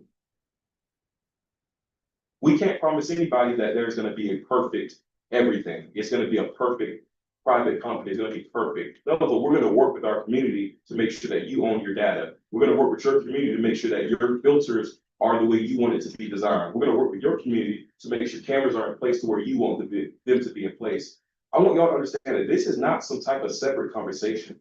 We want to be involved and engaged with you on picking up where we kind of made some missteps and figuring out what's the best placement of these cameras. What's the cybersecurity protocols in place? Can we see those audit trails? Can we have a transparency portal? This is a group effort. This is not a one-off, sell you something and we're gone. No, the whole statement about, other municipalities and counties, churning our contracts. I can tell you we've had threefold the amount of contracts that we've adopted since we've had some municipalities say, look, we don't want to use Flock anymore. Well, that's their prerogative. There's other companies that do license plate readers. If they decide not to use us, that's their prerogative. But we have thousands of customers who go online with Flock every month. So that's very minute in comparison to the people that we are working with. What are some of the issues that you all have had to overcome? Things that have gone wrong, so to speak, that you had to deal with? Yeah. So again, just like any company, let's think about our Ubers, our Lyfts, our DoorDash. You can think of almost any private major company in this country have had some type of mishap in the media or in the New York Times, right? So for example, for us, it was the current political movements with immigration. We had a pilot program with ICE at the Department of Homeland Security, and we no longer have that contract with them, but we realized that the political winds, we were kind of caught in that stream with the political winds, and there was a lot of communities, major cities who said, look, our values are that we don't want to work with ICE. We have a lot of immigrants in our community. And so as a responsible company, you know what we did? We adapted to the moment. We then said that we're not just going to share with federal agencies willy-nilly. We're going to now bring in search filters. We're going to now have it in place to where if you don't want to work with the federal government, you don't have to. That's what a responsible company does. They adapt to the moment. They don't just, fall and lay down and just let the storm take them with them. You have to adapt, you have to be proactive. And I can say, working for this company, that's what I'm proud of the most. I'll give you another example. There was a reproductive issue in Texas where it was alleged that an officer used our technology to track a woman who wanted to get an abortion. Well, that wasn't the full story. There was no prosecution that came out of that situation. However, after that incident occurred, you know what we did? We put in reproductive search filters in place. So where now you can't search any type of things related to healthcare, women, and certain keywords in the system that will be flagged for the administrator to review. And so that's what a responsible company does. You adapt to the moment because nobody's perfect. Why would all that be put in there anyway, you're just looking for license plate? Well, we have, so your city only uses license plate readers. We have a suite of other products. Okay. So like he was telling you about the video cameras, we call those pan tilt zooms. And there's also a component of that camera to where it can detect identifiable features like a blue shirt or cowboy hats or things. Now, again, other cities use that technology. We're not discussing that for you, but that's an example of what other cities are able to use. But when you're talking about license plate readers, that's a completely separate system than a video camera. Thank you. Can Yes, ma'am. I say something that John told me? Sure. He's texting me. He said, given the higher than expected costs and growing privacy and data sharing concerns that are leading many cities to shut off or cancel their block camera contracts, he believes it is in the Perry's best interest to end our trial now and watch how this technology plays out elsewhere before considering any future use. John, the city manager, The job's recommendation. that's it. He's watching the meeting from his home. That's his recommendation. We got several people that's going to speak, hey, yellow shirt back here in the back, because they have several times. Come on, Hello. Good evening, council. How are you doing? My name is Brandy Turner, 1070 Azalea Road, Perry, Florida. I just one clarifying question, and we have 9 operating clock cameras in town right now. And I would like to know what policies are in place at this very moment that protects the citizens of the community against potential law enforcement officers that may have malicious intent. And who in the police department at this point has access to the data? We have 13 people. Okay. Inside the police department have access. And I'm the one that give them access. Okay. We have 2 administrators, I'm one, and Captain Gray is one. Okay. We do audits on the information that is entered. We verify that there's not multiple runs on it, there's not anything that's inappropriate there. Gotcha. We also have a policy document that I can provide that outlines proper use and discipline of someone that is found to be in non-compliance. And how often are you doing that monitoring process? Once a month. Once a month? Yeah. Okay. I'm gonna provide. Oh, for them, okay. Okay, thank you. Thank you. Russ.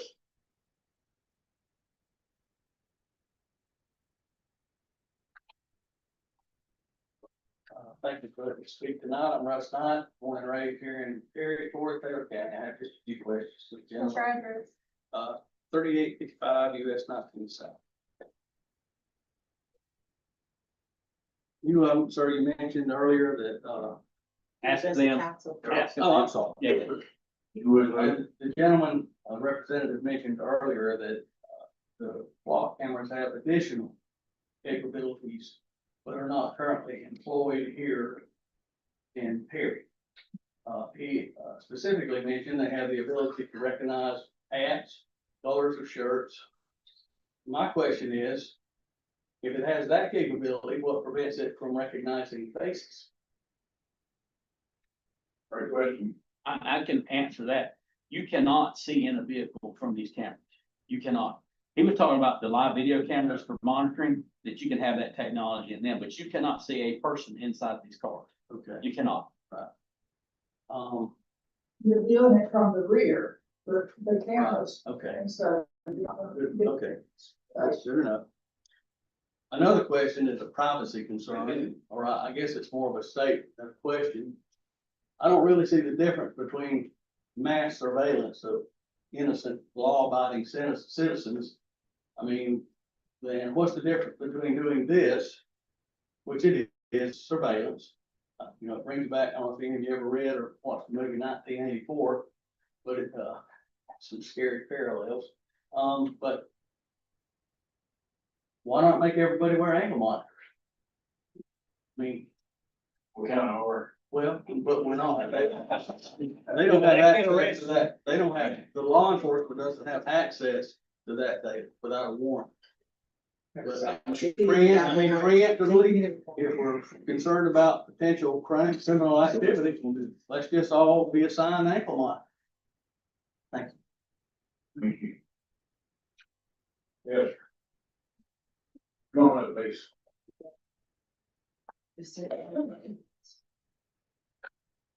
Good evening.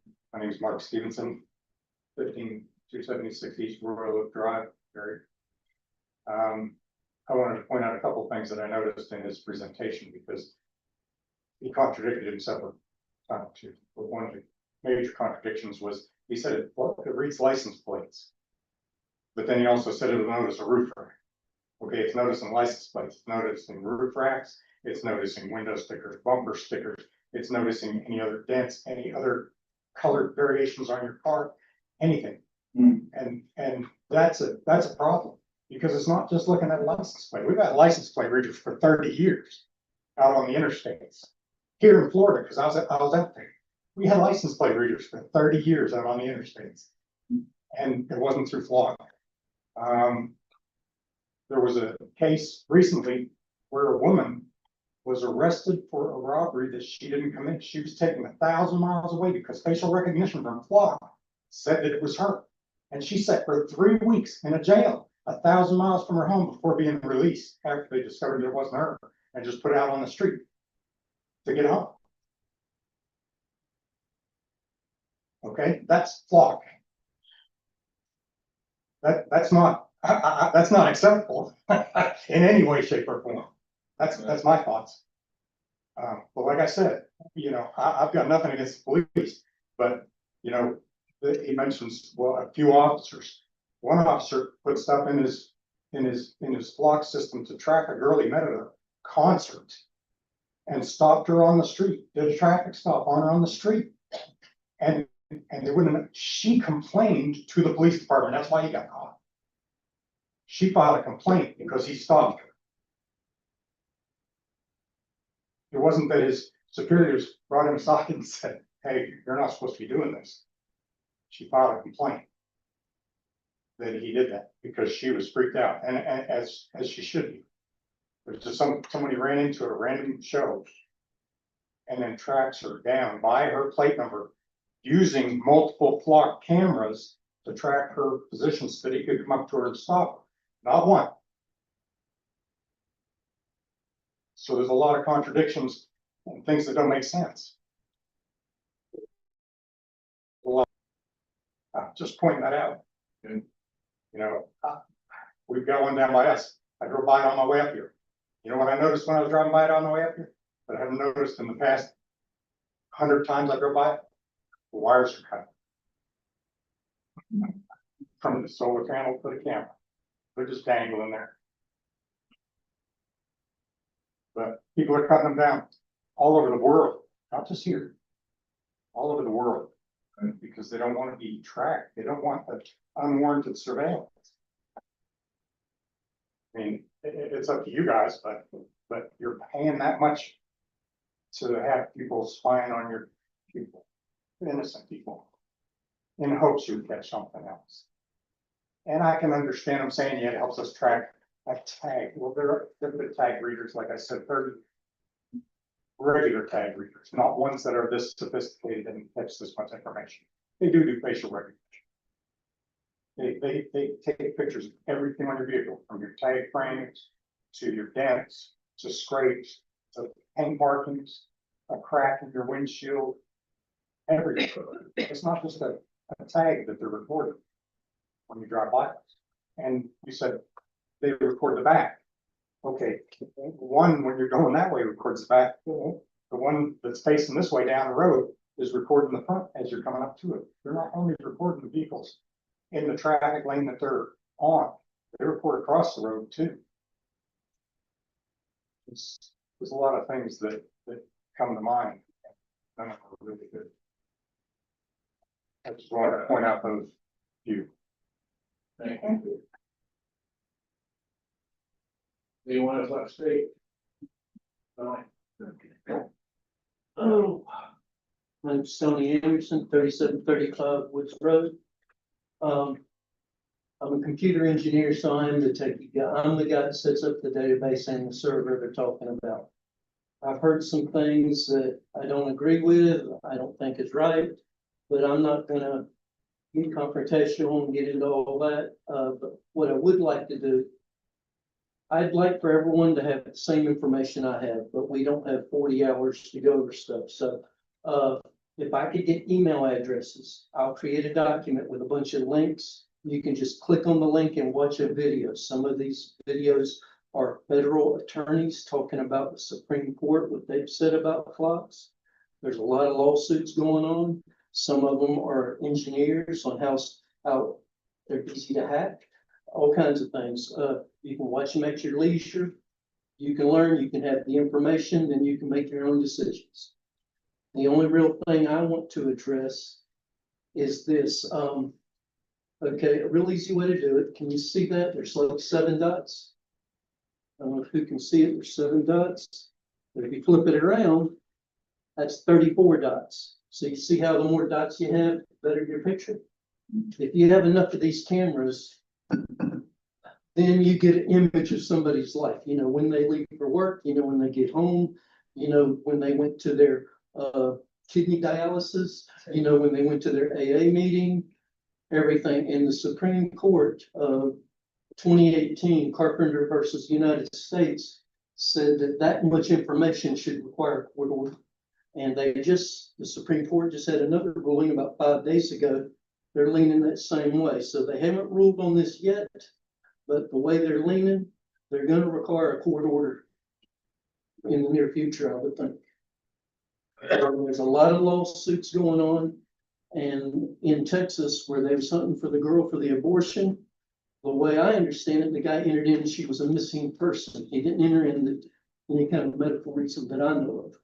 But I would like for everyone to just take a look at those videos and you can make up your own mind. Yeah, thank you. If I can get the email address. You can get that off the website. The website has, the city website has. We need to make that available to the public if they're interested into how you make a decision. Sorry? We also would need to make whatever that presentation is, the link available to the public. For sunshine law purposes, if it's taken into consideration of how you may decide. It's on the city website, of course, you can see it, or our emails are all. Not your emails, what he. I'm saying, every given email we send and receive through the city website for the records. So it can be, it can be got again, or. What I was suggesting is that whatever the links are, be placed on the website, not that people have to individually file a public record request. If it's being considered in your deliberations about whether or not you accept or not accept it. That's what I'm saying, not too much that is available that it should be made part of it. And just send it as a PDF and you just post. the Yes, PDF, sir. Then you just, okay, that's fine. John?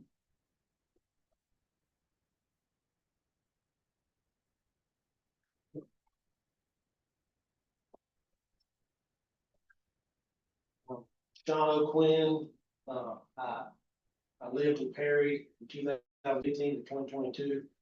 I live in Greenville, Florida now. You know, like with these cameras, and I know the local law enforcement, I believe that they want to do good with it. But I also believe that it's power the government should not have. Okay, we stand up, we say the Pledge of Allegiance, we say for liberty and justice for all. Well, your liberty comes from, our Bill of Rights, our Constitution. Okay. Anything that's not covered by the Constitution for the 10th Amendment goes to the states. Well, I feel like, illegal searches and seizures is covered by the Constitution. That's our 4th Amendment rights. Okay. I don't know if I did a little research and I looked up some polls of how many people or what percentage trust the government. Okay. There was a few polls. It was from 17 to 25% of people trust the government to do what's right most of the time or all the time. Okay. Law enforcement is about 50%. Local law enforcement is a little higher. So if the country has that low of faith in the government, why would its citizens give it even more power over them? Okay. My example is, y'all remember COVID? Okay, Vividly. okay, the government said you cannot go into a restaurant. You cannot go to church. People were arrested for church. Okay?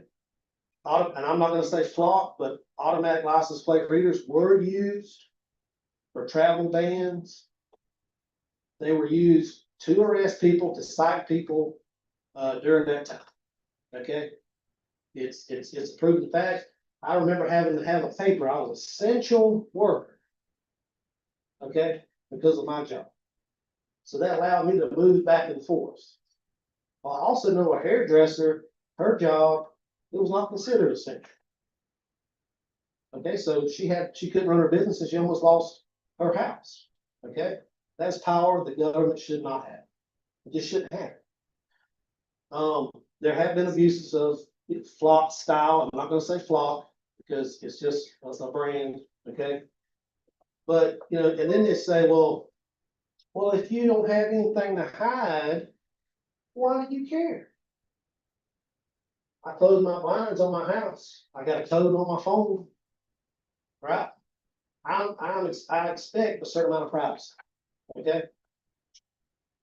So I have 3 kids. Okay? If any one of them were kidnapped, you know, I want to use any tool at my disposal to find my children. But it's also my responsibility to watch my children, not the government's. And if my child were kidnapped and they were not found or they were not discovered, what would we do then? We need more cameras. More and more and more and more. That's what it'll be. I've heard that if you want to, the closest thing to immortality is a government program. Okay? There was an economist, he said, if you put the government in charge of the Sahara Desert, there'll be a sand shortage in 5 years. Okay? So this isn't, you know, this is government power. Okay, it's like, you know, we have the First Amendment, we have the Second Amendment, we have the Fifth Amendment. Okay, so I would say for me, not to hurt someone's feelings or to whatever, we'll do away with the First Amendment. Okay, we'll do away with that. COVID violated your First Amendment. You couldn't gather, you couldn't do these things. Oh, it's an emergency, it's for your safety. It's always for your safety. Okay. So, okay, we won't stop doing this. Second Amendment, let's do away with that too. Okay, it's always for your safety. So, and like I said, I do believe there are good intentions. There are good intentions. But I really believe that, you know, this just power the government should not have. COVID showed me the most about that, how fast something escalated. Because of your safety.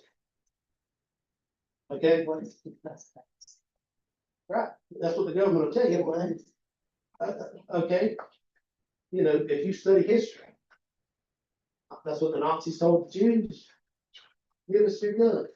We'll take care of you. We know how that turned out. Excuse me? Well, I couldn't hear what you said. We're on flat cameras. The agenda item is about flat cameras. I understand that. That's what I'm saying. Flock cameras violate your Fourth Amendment rights. That's my stance. This power the government shouldn't have. Okay. And also too, just to be clear, the 30 days is a rolling 30 days. Okay. July 1st is deleted on July 31st. They have enough days they can see where you go, what you do. And that is the problem. It's not like an officer sitting on the side of the road reading your license, like your license plate or whatever. You're getting a picture of what somebody does, where they go, where they worship. The government's used it in the past. You're saying you got a data profile. Right, it's the data that it collects, and it's your private information. It's what it is. Okay, so,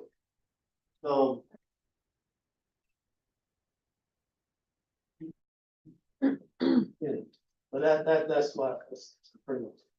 Okay, thank you. Same shop. Anyone else like to speak?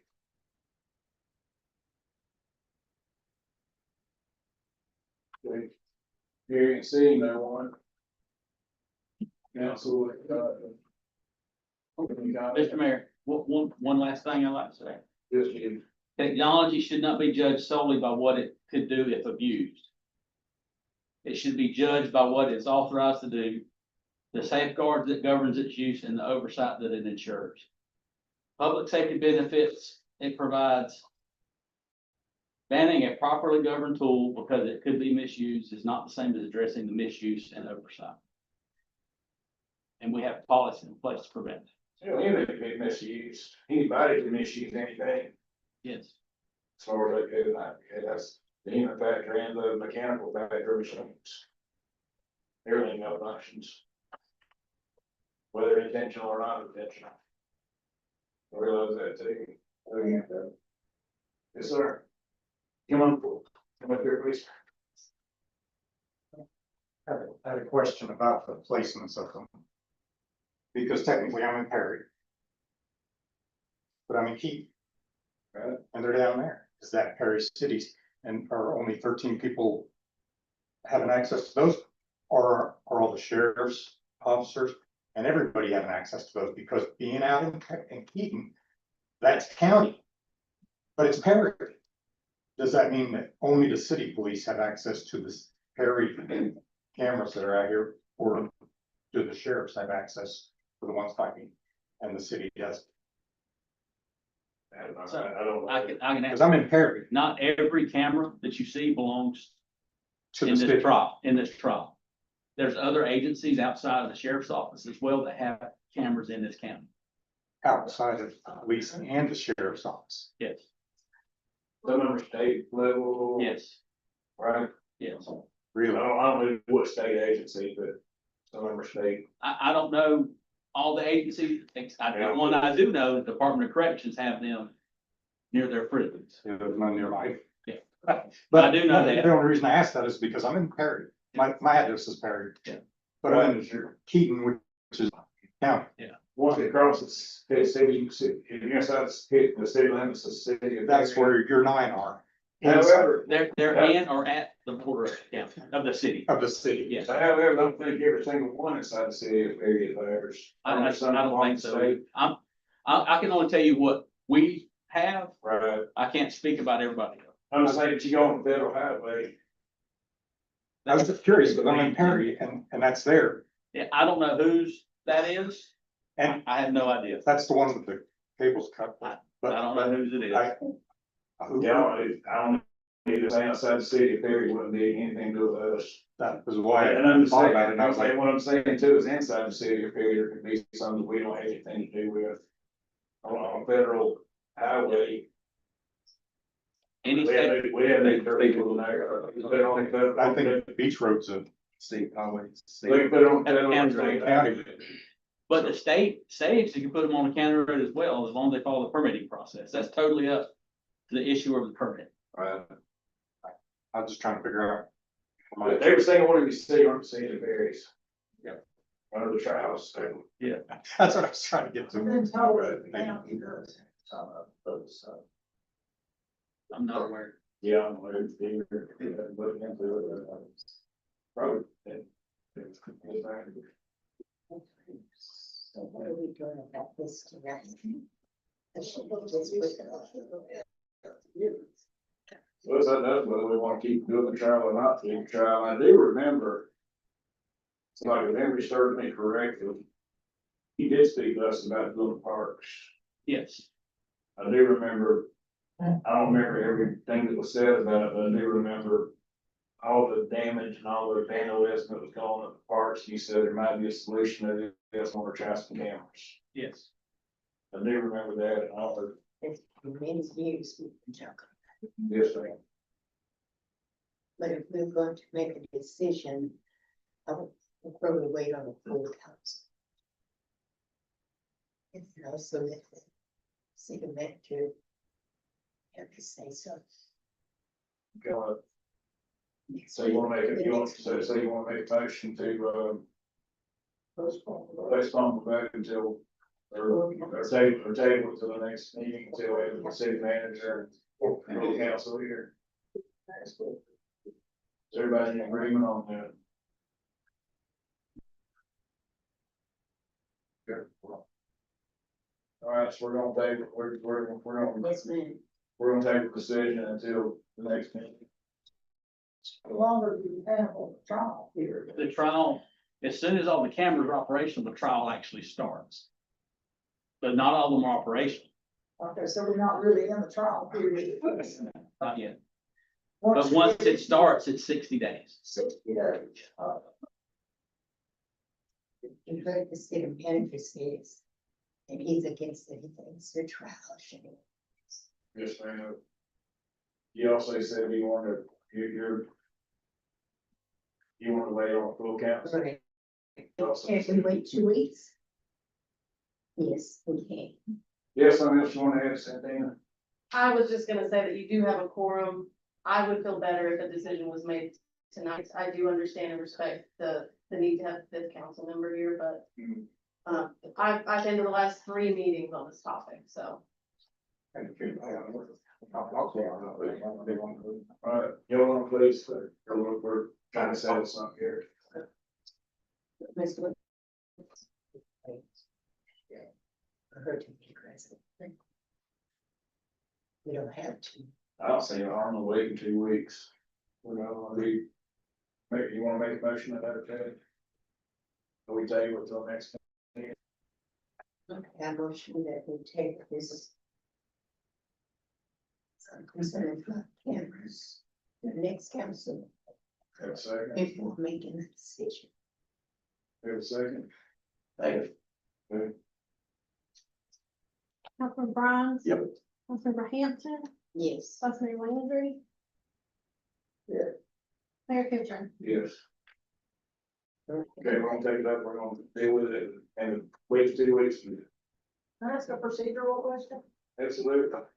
Angela Ball, 615 North Jefferson. So everyone who has made comments tonight, will that be considered by the council at the tabled meeting in 2 weeks? Or is the expectation that all of these people will come again and restate their concern? No, we got our comments, it's been recorded and then they'll be in the minutes and. So Ms. Woodfall will have that at her access so she can review it. Absolutely. Okay, thank you. And some. Everything's being recorded. Understood. I just wanted to make sure she was gonna be able to be prepared for that without these folks having to come back. Sure, absolutely. I would think, well, I mean, I can't speak for her, I can't make her watch it, but I mean, I can't talk to her if she wants to. Thank you. Thank you. Thanks. All right, thank you. Thank you. I appreciate everybody's comments on it.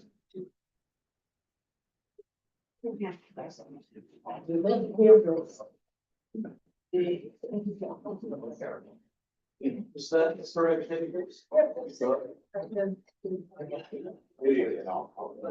That's the only one I could find. I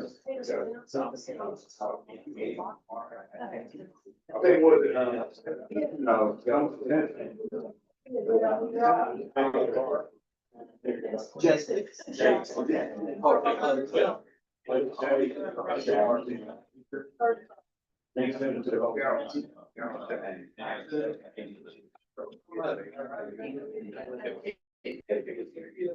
It was still good all that.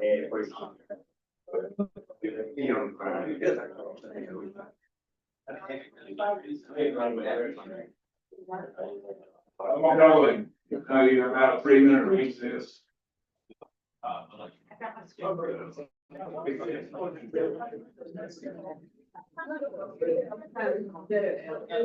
Yeah, I've got it.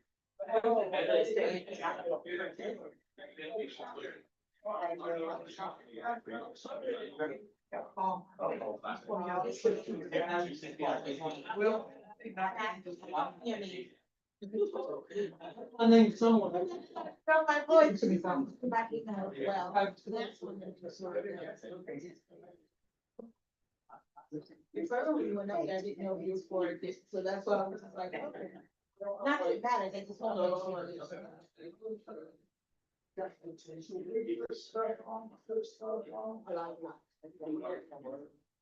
It is out.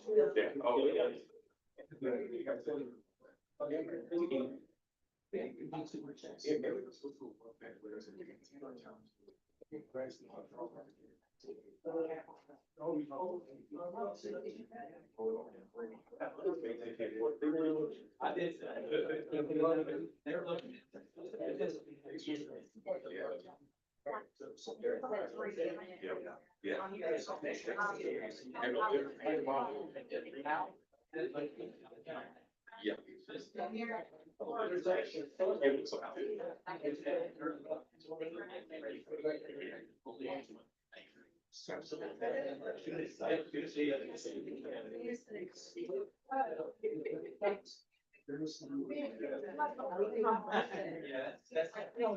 Okay, great, thank you.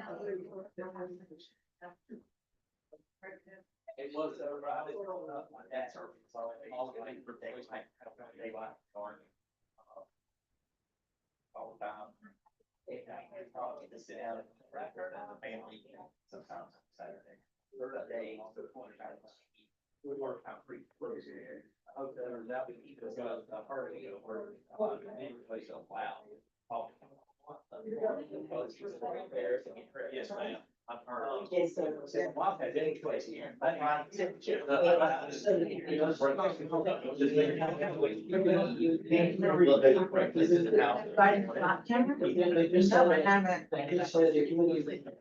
It wasn't water, it was very much similar.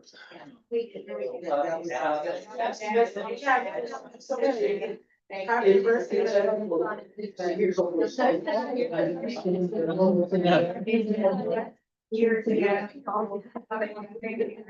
Well, I didn't know they served drinks as a couple. I don't saw my little kid, I like this helps. I didn't see it, but I just heard. Yeah. You feel that, right? I said that. And they know when you go to work, they go to. Well, as a former public attorney, I totally understand. Yeah. You take a lot of different pieces of information. I think I got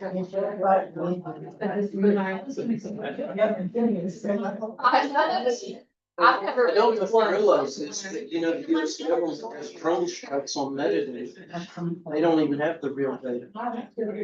People die on metadata, they don't even need all this. And they can do that. Tell you what's worse, you probably ain't heard about it yet. Valentine's first. There's no cameras. It picks up any wireless signal. So if you have a pacemaker, and let's say your doctor can monitor your heart. They can track it. They track it wherever you are.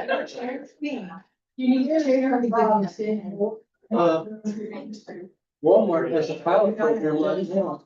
When you come in, they do facial recognition based on who you are. They know your income, and they're gonna change the price so they can tell you to match your income. So if you make $100,000 a year, you'll pay $5 for this. If you make $40,000 a year, you'll pay $2 for it. Same idea. See, there's all kinds of stuff going on. People don't know. If I didn't build this stuff, I wouldn't know that.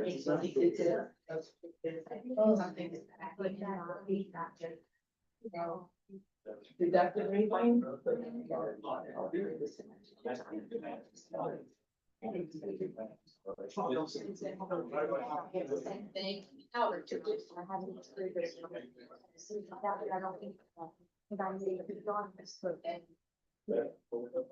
No.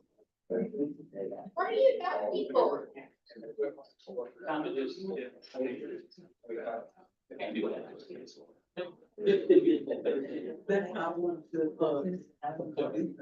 Here's one. Did you know this? Or.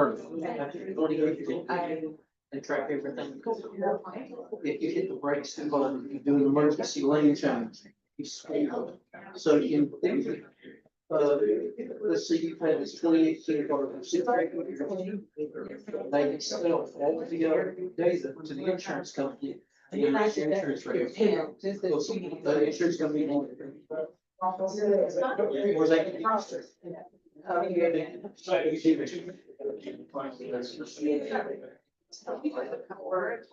There's ways to disable commercial.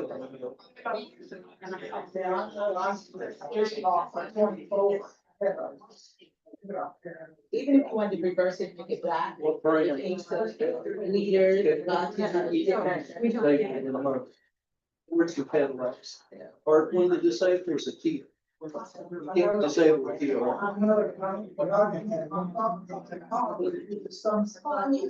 He's covered in these affairs.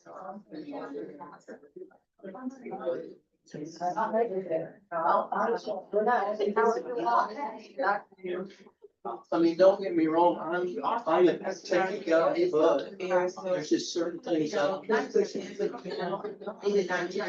We also asked for the talk to them.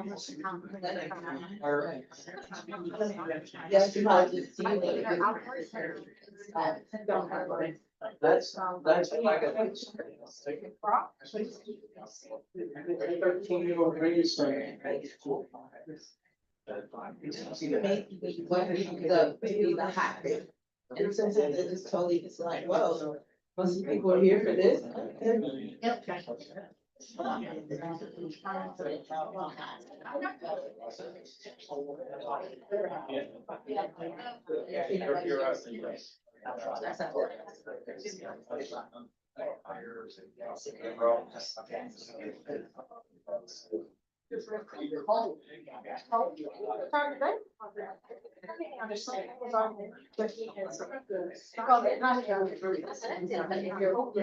it's very interesting because the way the modern world is moving is gonna eventually, whether it's that one or another, that's why, I mean, Europe is so small, because there's like everywhere. And you can trace somebody from their house to an airport to, so it's moving that way. Still. Yeah. You know, that also benefits criminals who know where the darkness are. That's why it's not unusual. I think kind of I ran video, like, you know, you find places that go dark. But like I said, my background is criminal justice attorney. I don't want things pinging off towers. I had a client who was like, my client was like, I have an alibi, I was out of state, and his phone was pinging right there next to the dead body. It's like, oh Lord. No way to continue. No ready to continue. Yes, sir. Are you ready? Right. We're gonna call the city council meeting back to order. Go ahead to agenda item 6F, public hearing and final reading of ordinance 1060, Grove Apartments. An ordinance of the city of Perry, Florida, repealing all prior ordinances, resolutions, and actions of the city relating to economic development incentives for Prospect Perry Apartments LLC, formerly known as Prospect Construction and Development Group LLC. Prospect Developers LLC, rescinding ordinance number 1011, acknowledging the expiration of ordinance number 965, superseding all prior incentives authority with June 20th ad valorem tax incentive agreement, and providing for severability, conflicts, and effective date.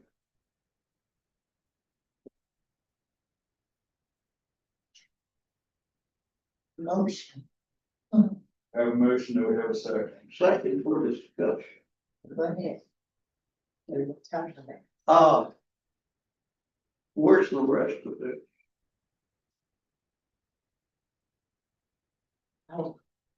This says authorize the city manager, mayor to negotiate, execute, and deliver an agreement. That agreement, you all already agreed for the city manager to sign. Remember, the agreement was already signed, the written agreement, and particularly you, Councilmember Grimes, insisted, and everyone agreed to create an ordinance to formally repeal, not just do it through a written agreement, but to formally repeal all previous ordinances or resolutions. I still, think that, whoever this is, Perry Apartment, ought to have a signature page. On the ordinance, On here. Sure. Something. it can be held, they signed the written agreement as a private vendor, but there's no authority in having the Okay. developer. So sign the the ordinance. agreement that we've already put in place, okay, That has been signed. let's go. All right, have a motion and a second. Any discussion from the public on this? I'll entertain a vote. Councilor Bronze, Yes. Councilor Hampton, Yes. Councilor Landry. Yes. Mayor Kinsler. Yes. Agenda item 6G, public hearing and final reading of ordinance 1061 surplus land. An ordinance of the city council of the city of Perry, Taylor County, Florida, regarding surplus lands. Authorizing conveyance of certain land to the Taylor County School Board as a gift for public educational purposes. Preserving a utility easement to the city and providing an effective date. This is the final ordinance on, or the final reading on ordinance to transfer 15 acres that are scattered amongst the school land over at the ball fields. Yes, but and what, I won't say change, what was added was that there will be an agreement to that, utility easement, which was not a part of the original discussion. This has been going on a long, long time. Like a lot of other stuff. Motion to, Second. Yes. Councilor Bronze, yes, Councilor Hampton, Yes. Councilor Landry. Yes. Mayor Kinsler. Yes. It looks like, and the next two are gonna basically have to do with this very same item, agenda item 6H. Council to discuss the approval of the utility easement for the ball field, and council will take any action deemed necessary. I guess the ball field property is what that means. Motion to approve. Thank you. A motion and a second. Councilor Bronze, yes, Councilor Hampton. Yes. Councilor Landry. Yes. Mayor Kinsler. Yes. Agenda item 6I, council to discuss and approve quick claim deed from Dollar Bill property, and the council will take any action deemed necessary. Motion to approve. second, Councilor Bronze, yes, Councilor Hampton. Yes. Councilor Landry. Yes. Mayor Kinsler. Yes. Agenda item 6J, council to discuss stream grant application. Council will take any action deemed necessary. Do we have an administrator?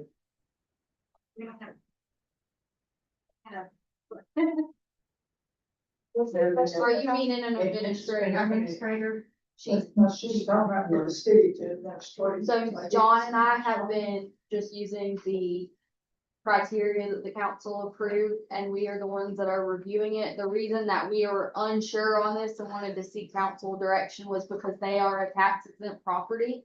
So the CRA is specifically pulled from property taxes, and we pull that money out of property taxes and put it into a separate fund. That's why we needed direction. Was this the only one we had? Yes. Application. I'm sorry. In the past, we've had an administrator. Yeah, the historical Historical society. Thought I saw I'm something. from JT. Do you go need him? Are they going to be doing this? So in the original grant thing that came before you guys, there wasn't an administrator named, and John said that we were gonna do it unless it became too much. Like if we were getting too many applications and John and I didn't have time, because we have to pay them to do it, so he was trying to reduce. 2%. Yeah, but he was still trying to just let us. We haven't had that many. Let's cross our desk. Okay, but I think that would keep us out of it. Yeah. Administrator. 2%? It's an administrative. How much is that for 2% of the project? So it just depends on how much the project is. Well, the project is $6,000. I can read my little skill, if you like. But you guys are the CRA board, so that's Yes, why we you brought are. it to you all. So let me go ahead and I'll go through my skill. And if you have any questions, start addressing. I'm Allison Ritter, and my address is 2436 Green Farm Road, Perry 32347. I'm the president of the Women's Club. We are respectfully requesting the maximum Dream Grant Award of $5,000 toward our $6,500 project. There is an invoice in there for that. And Cody Ford, Craig Ford is local, and he would be doing the work for us. We would provide the remaining $1,500 to complete the project. We're going to be painting the outside of the building as well as fixing siding, and there's a little soffit up at the top. It doesn't really affect too much with the historical side of that. From what I can tell, and what our past president has researched as well. And this will help our building, which will help to stand out more for rentals because people see it from the road. They also see it that side. That's off of that, right across from Chamber, as they're going out of town as well. To, paint it black to match our sign. And, I think a cream color or a brown color as well. But our building is available to rent for community groups, organizations, and individuals. Our rental income helps pay for the utilities, the insurance, and which we're up to date on utilities, maintenance and ongoing operation of the facility. And this helps support our mission of providing scholarships to graduating high school seniors, Easter baskets, and other various community things to serve Perry. I know that we have, it has been mentioned before by Iris Parker, that we have a 99-year lease. $1, which I looked at the property tax records. And it is listed in the name of Perry Women's Club in care of the city of Perry. And as far as I went back to just what was on the page, and it reflected a zero tax balance, especially back in 2015. And I also saw on there that, whether this matters or not, but it is commercial property. I think with the taxes being exempt, I think that was because maybe because it was the civic side of things and we're a civic organization to not have to pay those taxes. But we were also a few years ago when Nancy Henry was president, she got a sign and we got a award for that. We did get a grant for that sign, for a reimbursement for the sign.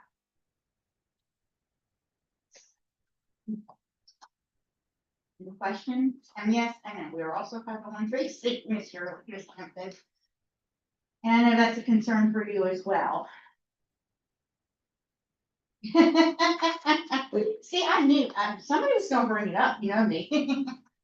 No, it sort of goes back to Ms. Mitchell. We can't get anything for the Jerkins Center. That's We're affected with their also. They don't, could I ask you how much rent? It rents $400. We already have a renter in there for the next couple of days for training. And then I'm renting it on Saturday for my class reunion, class of 1996. So yes. Okay. There will be local. That sees that and I'm like, oh, yeah, we're available for rent. No taxes. No taxes, but we do pay the city utilities, we do pay the insurance, we're kept up to date on the insurance and other bills that we have that do come in. But yeah, that upkeep is all our responsibility. I could be wrong, you need to correct me. I thought this was just for facades, just for the. It is for the facade, it is just the painting of the front of the building. This cost me $7,000. And this is for the whole building. Okay, so we only pay for the facade, right? We only pay up to we have a maximum amount that we'll pay, so even if they go over that amount, we won't meet it. It's only for the facade, and then we do have the micro grant that is for signage. And awnings. And awnings. I have another theory on those awnings. And when we're talking about the facade, are we talking about the whole entire building, or are you just looking at the front side, or I should have asked that before? Because for us, our facade is all the way around. not just like walking to the fair store or, you know, a So small. the cause would restaurant. be the entire exterior. Okay, is I just wanted to be yeah. clear on that. What you mean is it's a standalone building. It is a standalone building. You charge rent for every single thing that goes on the building or everything. Everything's in charge for rent. I mean, as far as women's club, yes, we do get to less the rent of $250, but I still have to use it. And I still have to clean it up afterwards. I'll be there. Not the chamber of dance and all that are paid or. We're working on that. The chamber does use it, give her a discounted rate of $100. Super Puffs use it, Raymond James, we do use it for the dignitary reception in October. So we do provide that, we have a few people that will get food and drinks and coffee and set up for the princesses and the queens to. What is this? This has nothing to do with you, okay? Okay. But when I look at this, and I think of the community building at our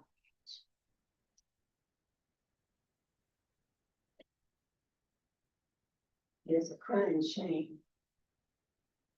The way that building's up there. We had to use the human resource person. And Danielle was the superintendent who went out and cleaned the building as best they could. They even went out to Jenkins to clean the special. That is unacceptable. I don't know who's supposed to be in charge of it. Well, we must do something for that. And when it comes to us, I know we always saying because it's in this district, but to me, it's still unfair that we don't do something for others outside of CRA. Well, Isn't actually, it? we are in the CRA. That's it, others outside Outside of the CRA, because they need help as well. they all do. And I don't You know, disagree with that, but and- we do. And I have a problem with this, so I'm just gonna. It's Just mine and. Yeah, yes, we have fundraising and donations, but that all goes to fundraising and donations, but goes towards other things like, fixing a hot water heater or something. What is the relationship between the city and that building and that land? It was a lease. I think the city owns it, but we leased it. We own the land. Yes, and the building, I think we own the land, but I think we leased the building.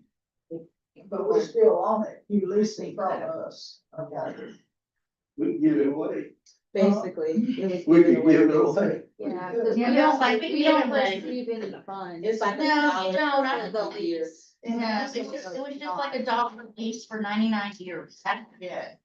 In essence, we're sort of protecting our investment. Oh, yeah. Somebody's got an investment. Who, Are they inside who the is city paying limits? for the paint? For the city limits. We are. You're just reversing us for the paint. Is that included in? Yes, it's part of the, 65, it's part of the invoice, it's the paint is included, the labor to paint is included. Repairing the soffit and painting it is included as well. You're not changing the awning, so. We're not changing the awning, that's a whole different. A whole different thing, I'm just focusing on the facade right now. Yeah, I've gotta figure out the awning situation, I don't know if it's part of it or original to it or not, but that's something to research later. The audience have anything to say on one way or another?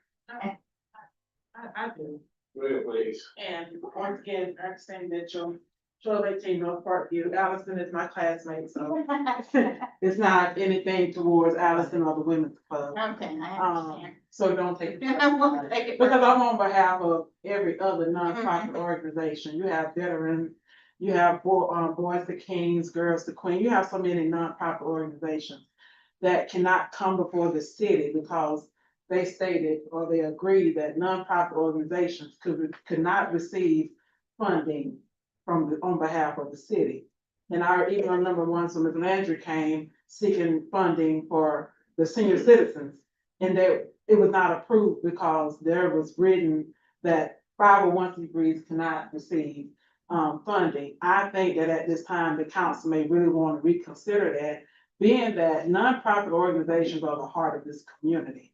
And anytime you prevent yourselves from supporting nonprofit organizations, you're preventing services for being provided to the community that the city itself possibly cannot provide. It is very hard receiving grant funding in rural areas for any nonprofit organizations. And I want to say the Women's Club was built in 1921. 14. And so- 1914. And so that means that time has expanded, with regards to the $1 lease, as well as understanding that if you give this to one nonprofit, you have to consider every other nonprofit, because if that was the case, even though they're not in the CRA district, it does say that nonprofits are not able to apply. So if that's the case, you need to open it up to every nonprofit to at least attempt to present an application and be able to be reviewed for funding, because that to me will be equally balanced when it comes to serving your community. And so I understand that, you all are in desperate need of repairs. So is the Jerkins Community Center and many other organizations, there's the veterans, whatever.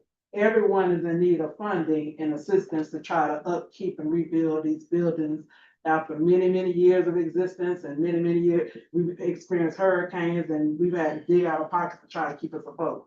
So, with that being said, if you're gonna consider one, I really hope that you all will consider all nonprofits in the future, even now, that you will consider maybe revisiting that one aspect of, we're not gonna fund nonprofit organizations. That's just. That decision was made when the city did not have the money. No, actually, it wasn't. We came before the city. Once again, this is not to throw stones at anyone. We were given the Telecom Leadership Council was given $5,000. We did the work. We were greatly appreciative of the work, that the funding that was given. Immediately following after receiving that particular $5,000 grant from the city, that was when the city decided to no longer fund nonprofit organizations. It was immediately Well, followed. I know when I came on the council, the city did not have money to fund. No, but it was that vote was prior to you Decision coming. was made Yeah. earlier. Yeah, it was made prior to you It needed to becoming be a made council member. because, the money was just not there. But now that you This have money is grants, coming from outside, and I agree with you that if, in this case, it should be open to any nonprofit. If we're gonna open it to one, it should be open to them. And if they wanna fill out the application and got time to do it, that's fine, but, Miss- Don't have to be in this, data. I know legally for the CRA funds, they do have to be in the CRA district. We are restricted on what we can distribute the funds out for. That's the only thing. Now, I'm not sure if there could be another avenue.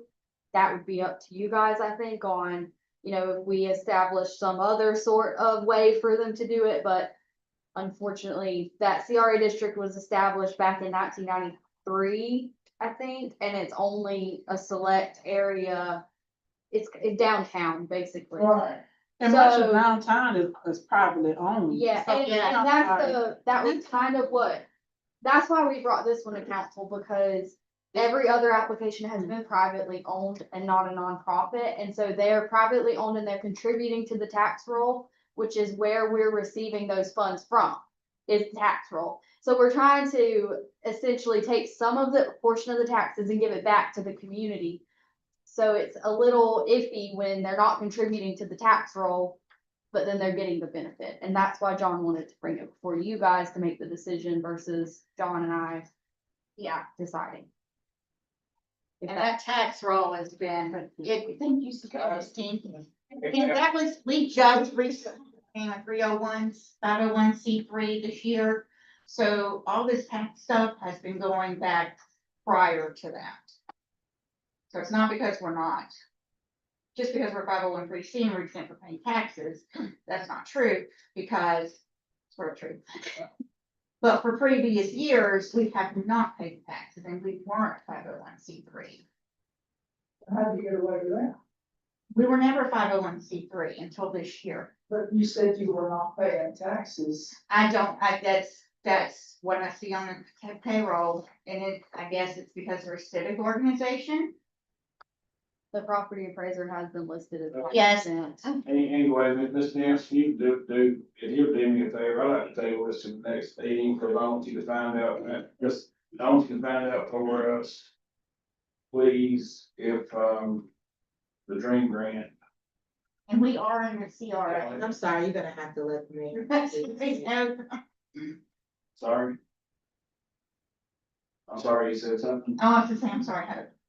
I'm not even talking over, I'm so sorry. Anyway, find out the legality of us even granting this to a nonprofit, even if it's a dream grant, I'm not sure, I know we can't directly give money, I don't know if we can even do it through the dream grant, I don't know. If you can look into that and find out, bring some answer back, I'd appreciate it. Yeah. So I know we have the policy against it, we need to find out if we even can or can't, I don't know at this point, I just don't. I know that, what, 3 or 4 years ago, we were not a 501(c)(3). And we were awarded a grant for our sign. So that is a consideration, if you will. The nonprofit side is basically sort of donation to say. Hey, go paint the inside of your building or something like that. It's not going, the donation side, the fundraising side, when we do tour homes and things like that, it's going to beautify our building. It's not going to it's not gonna pay our bills. That's what Ms. Nancy's gonna check into that forward and list, and we'll take it up the next meeting. All right. Thank you. For your patience. You appreciate it. No problem. Agenda item 6K, council to discuss undeveloped city lots and council will take any action necessary. I don't even know what is going on, to be honest with you, to say. I think I know what it is. That's the section that has. So we do not have a policy. It's just. Yeah, I thought we did from discussion. We're gonna do it at the next meeting. We table. Okay. What was saying, Councilmember Hampton? What were you saying? Use your microphone. Sorry. This was when I asked if they could come out and check the property next to mine because of the leaves and the trees and everything. On my side, I can't even get out of my trap. And she thought we had a policy. What do you say that was? A policy about undeveloped property, is what I thought it was. Yeah. But I heard discussions about not doing that, so that's why we needed to research it. Yes, but we never. We all decided that we would let the ordinance remain the same. Or whatever it is. So could you please have someone come out? I have all day. I'll let them know. That's what that was about. Okay, thank you. And Councilmember Hampton, when you say have someone come out, code enforcement? Or- Yes, it's already been reported. I thought he was already working on that. He did come out, right? I don't know, Okay. All right, we'll make sure. thank you. Agenda item 6L, council to discuss proclamation from North Central Florida Regional Planning Council. Council will take any action necessary. Motion to approve. Second.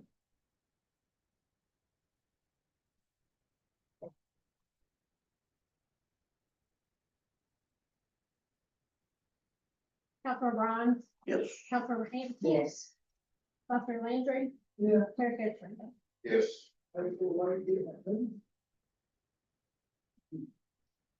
Okay, agenda item 6M, council to discuss setting dates for public hearings for millage rate and budget, and council to take any action deemed necessary. So you set budget hearings, dates. Yes, and I talked to the school and the board, and they have first pick for the dates.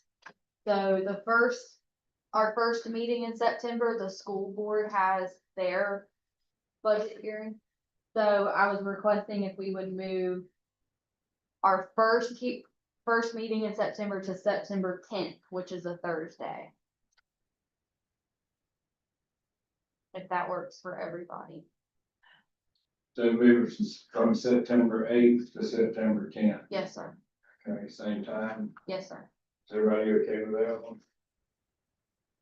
And then our second meeting can stay the same.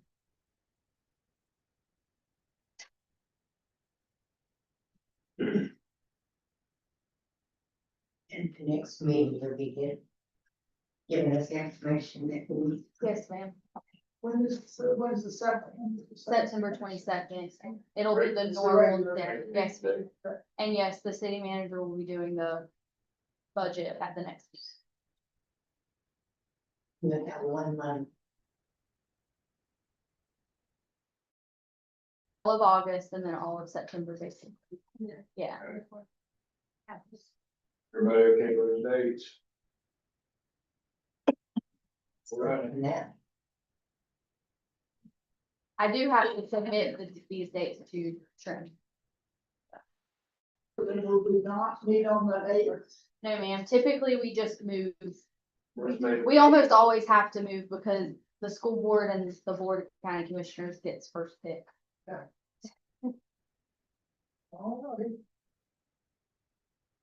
All right. Agenda item 6N, resolution 2026-25-RIF grant application. Resolution of the city council of the city of Perry, Florida, authorizing the submission of a Florida Rural Infrastructure Fund, RIF or RIF project implementation grant application. Authorizing the city manager to execute all documents, providing for conflicts, and providing an effective date. Motion. second, Councilmember Bronze? Yep. Councilmember Hampton? yes, Vice Mayor Landry? Yes. Mayor Fisher? Yes. Agenda item 6O, resolution 2026-24, budget amendment, test well. A resolution of the city council amending the budget of the city of Perry, Florida for the fiscal year October 1st, 2025 through September 30th, 2026. This for the new test well on the people. This was already approved, but I was on maternity leave, so this is just an administrative item to do the budget amendment. But the expense was approved. Have a motion and a second. Have a second. second, Councilmember Bronze? Yep. Councilmember Hampton? yes, Vice Mayor Landry? Yes. Mayor Fisher? Yes. Agenda item 6P, approval of minutes, June 23rd, 2026, regular session. Any corrections? No, I'll entertain a motion. motion, Have a second. Councilmember Bronze? Yep. Councilmember Hampton? yes, Vice Mayor Landry? Yes. Mayor Fisher? Yes. Month is coming. Hope you have anything? I did, but I'll wait. Okay. Second. hold up to the next meeting, thank you. Okay. Landers. Friends. Make your go. Let's smoke that up. Oh, heck yeah. Lynn Pearson, 1953. First one of these are very. I think the name of the county. No, I live in the county, of course. I'm one of these people, you don't come out with my own door. If I leave the house, I leave carry it until it's.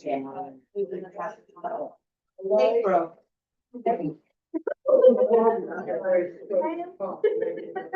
Have you ever, wrapped all,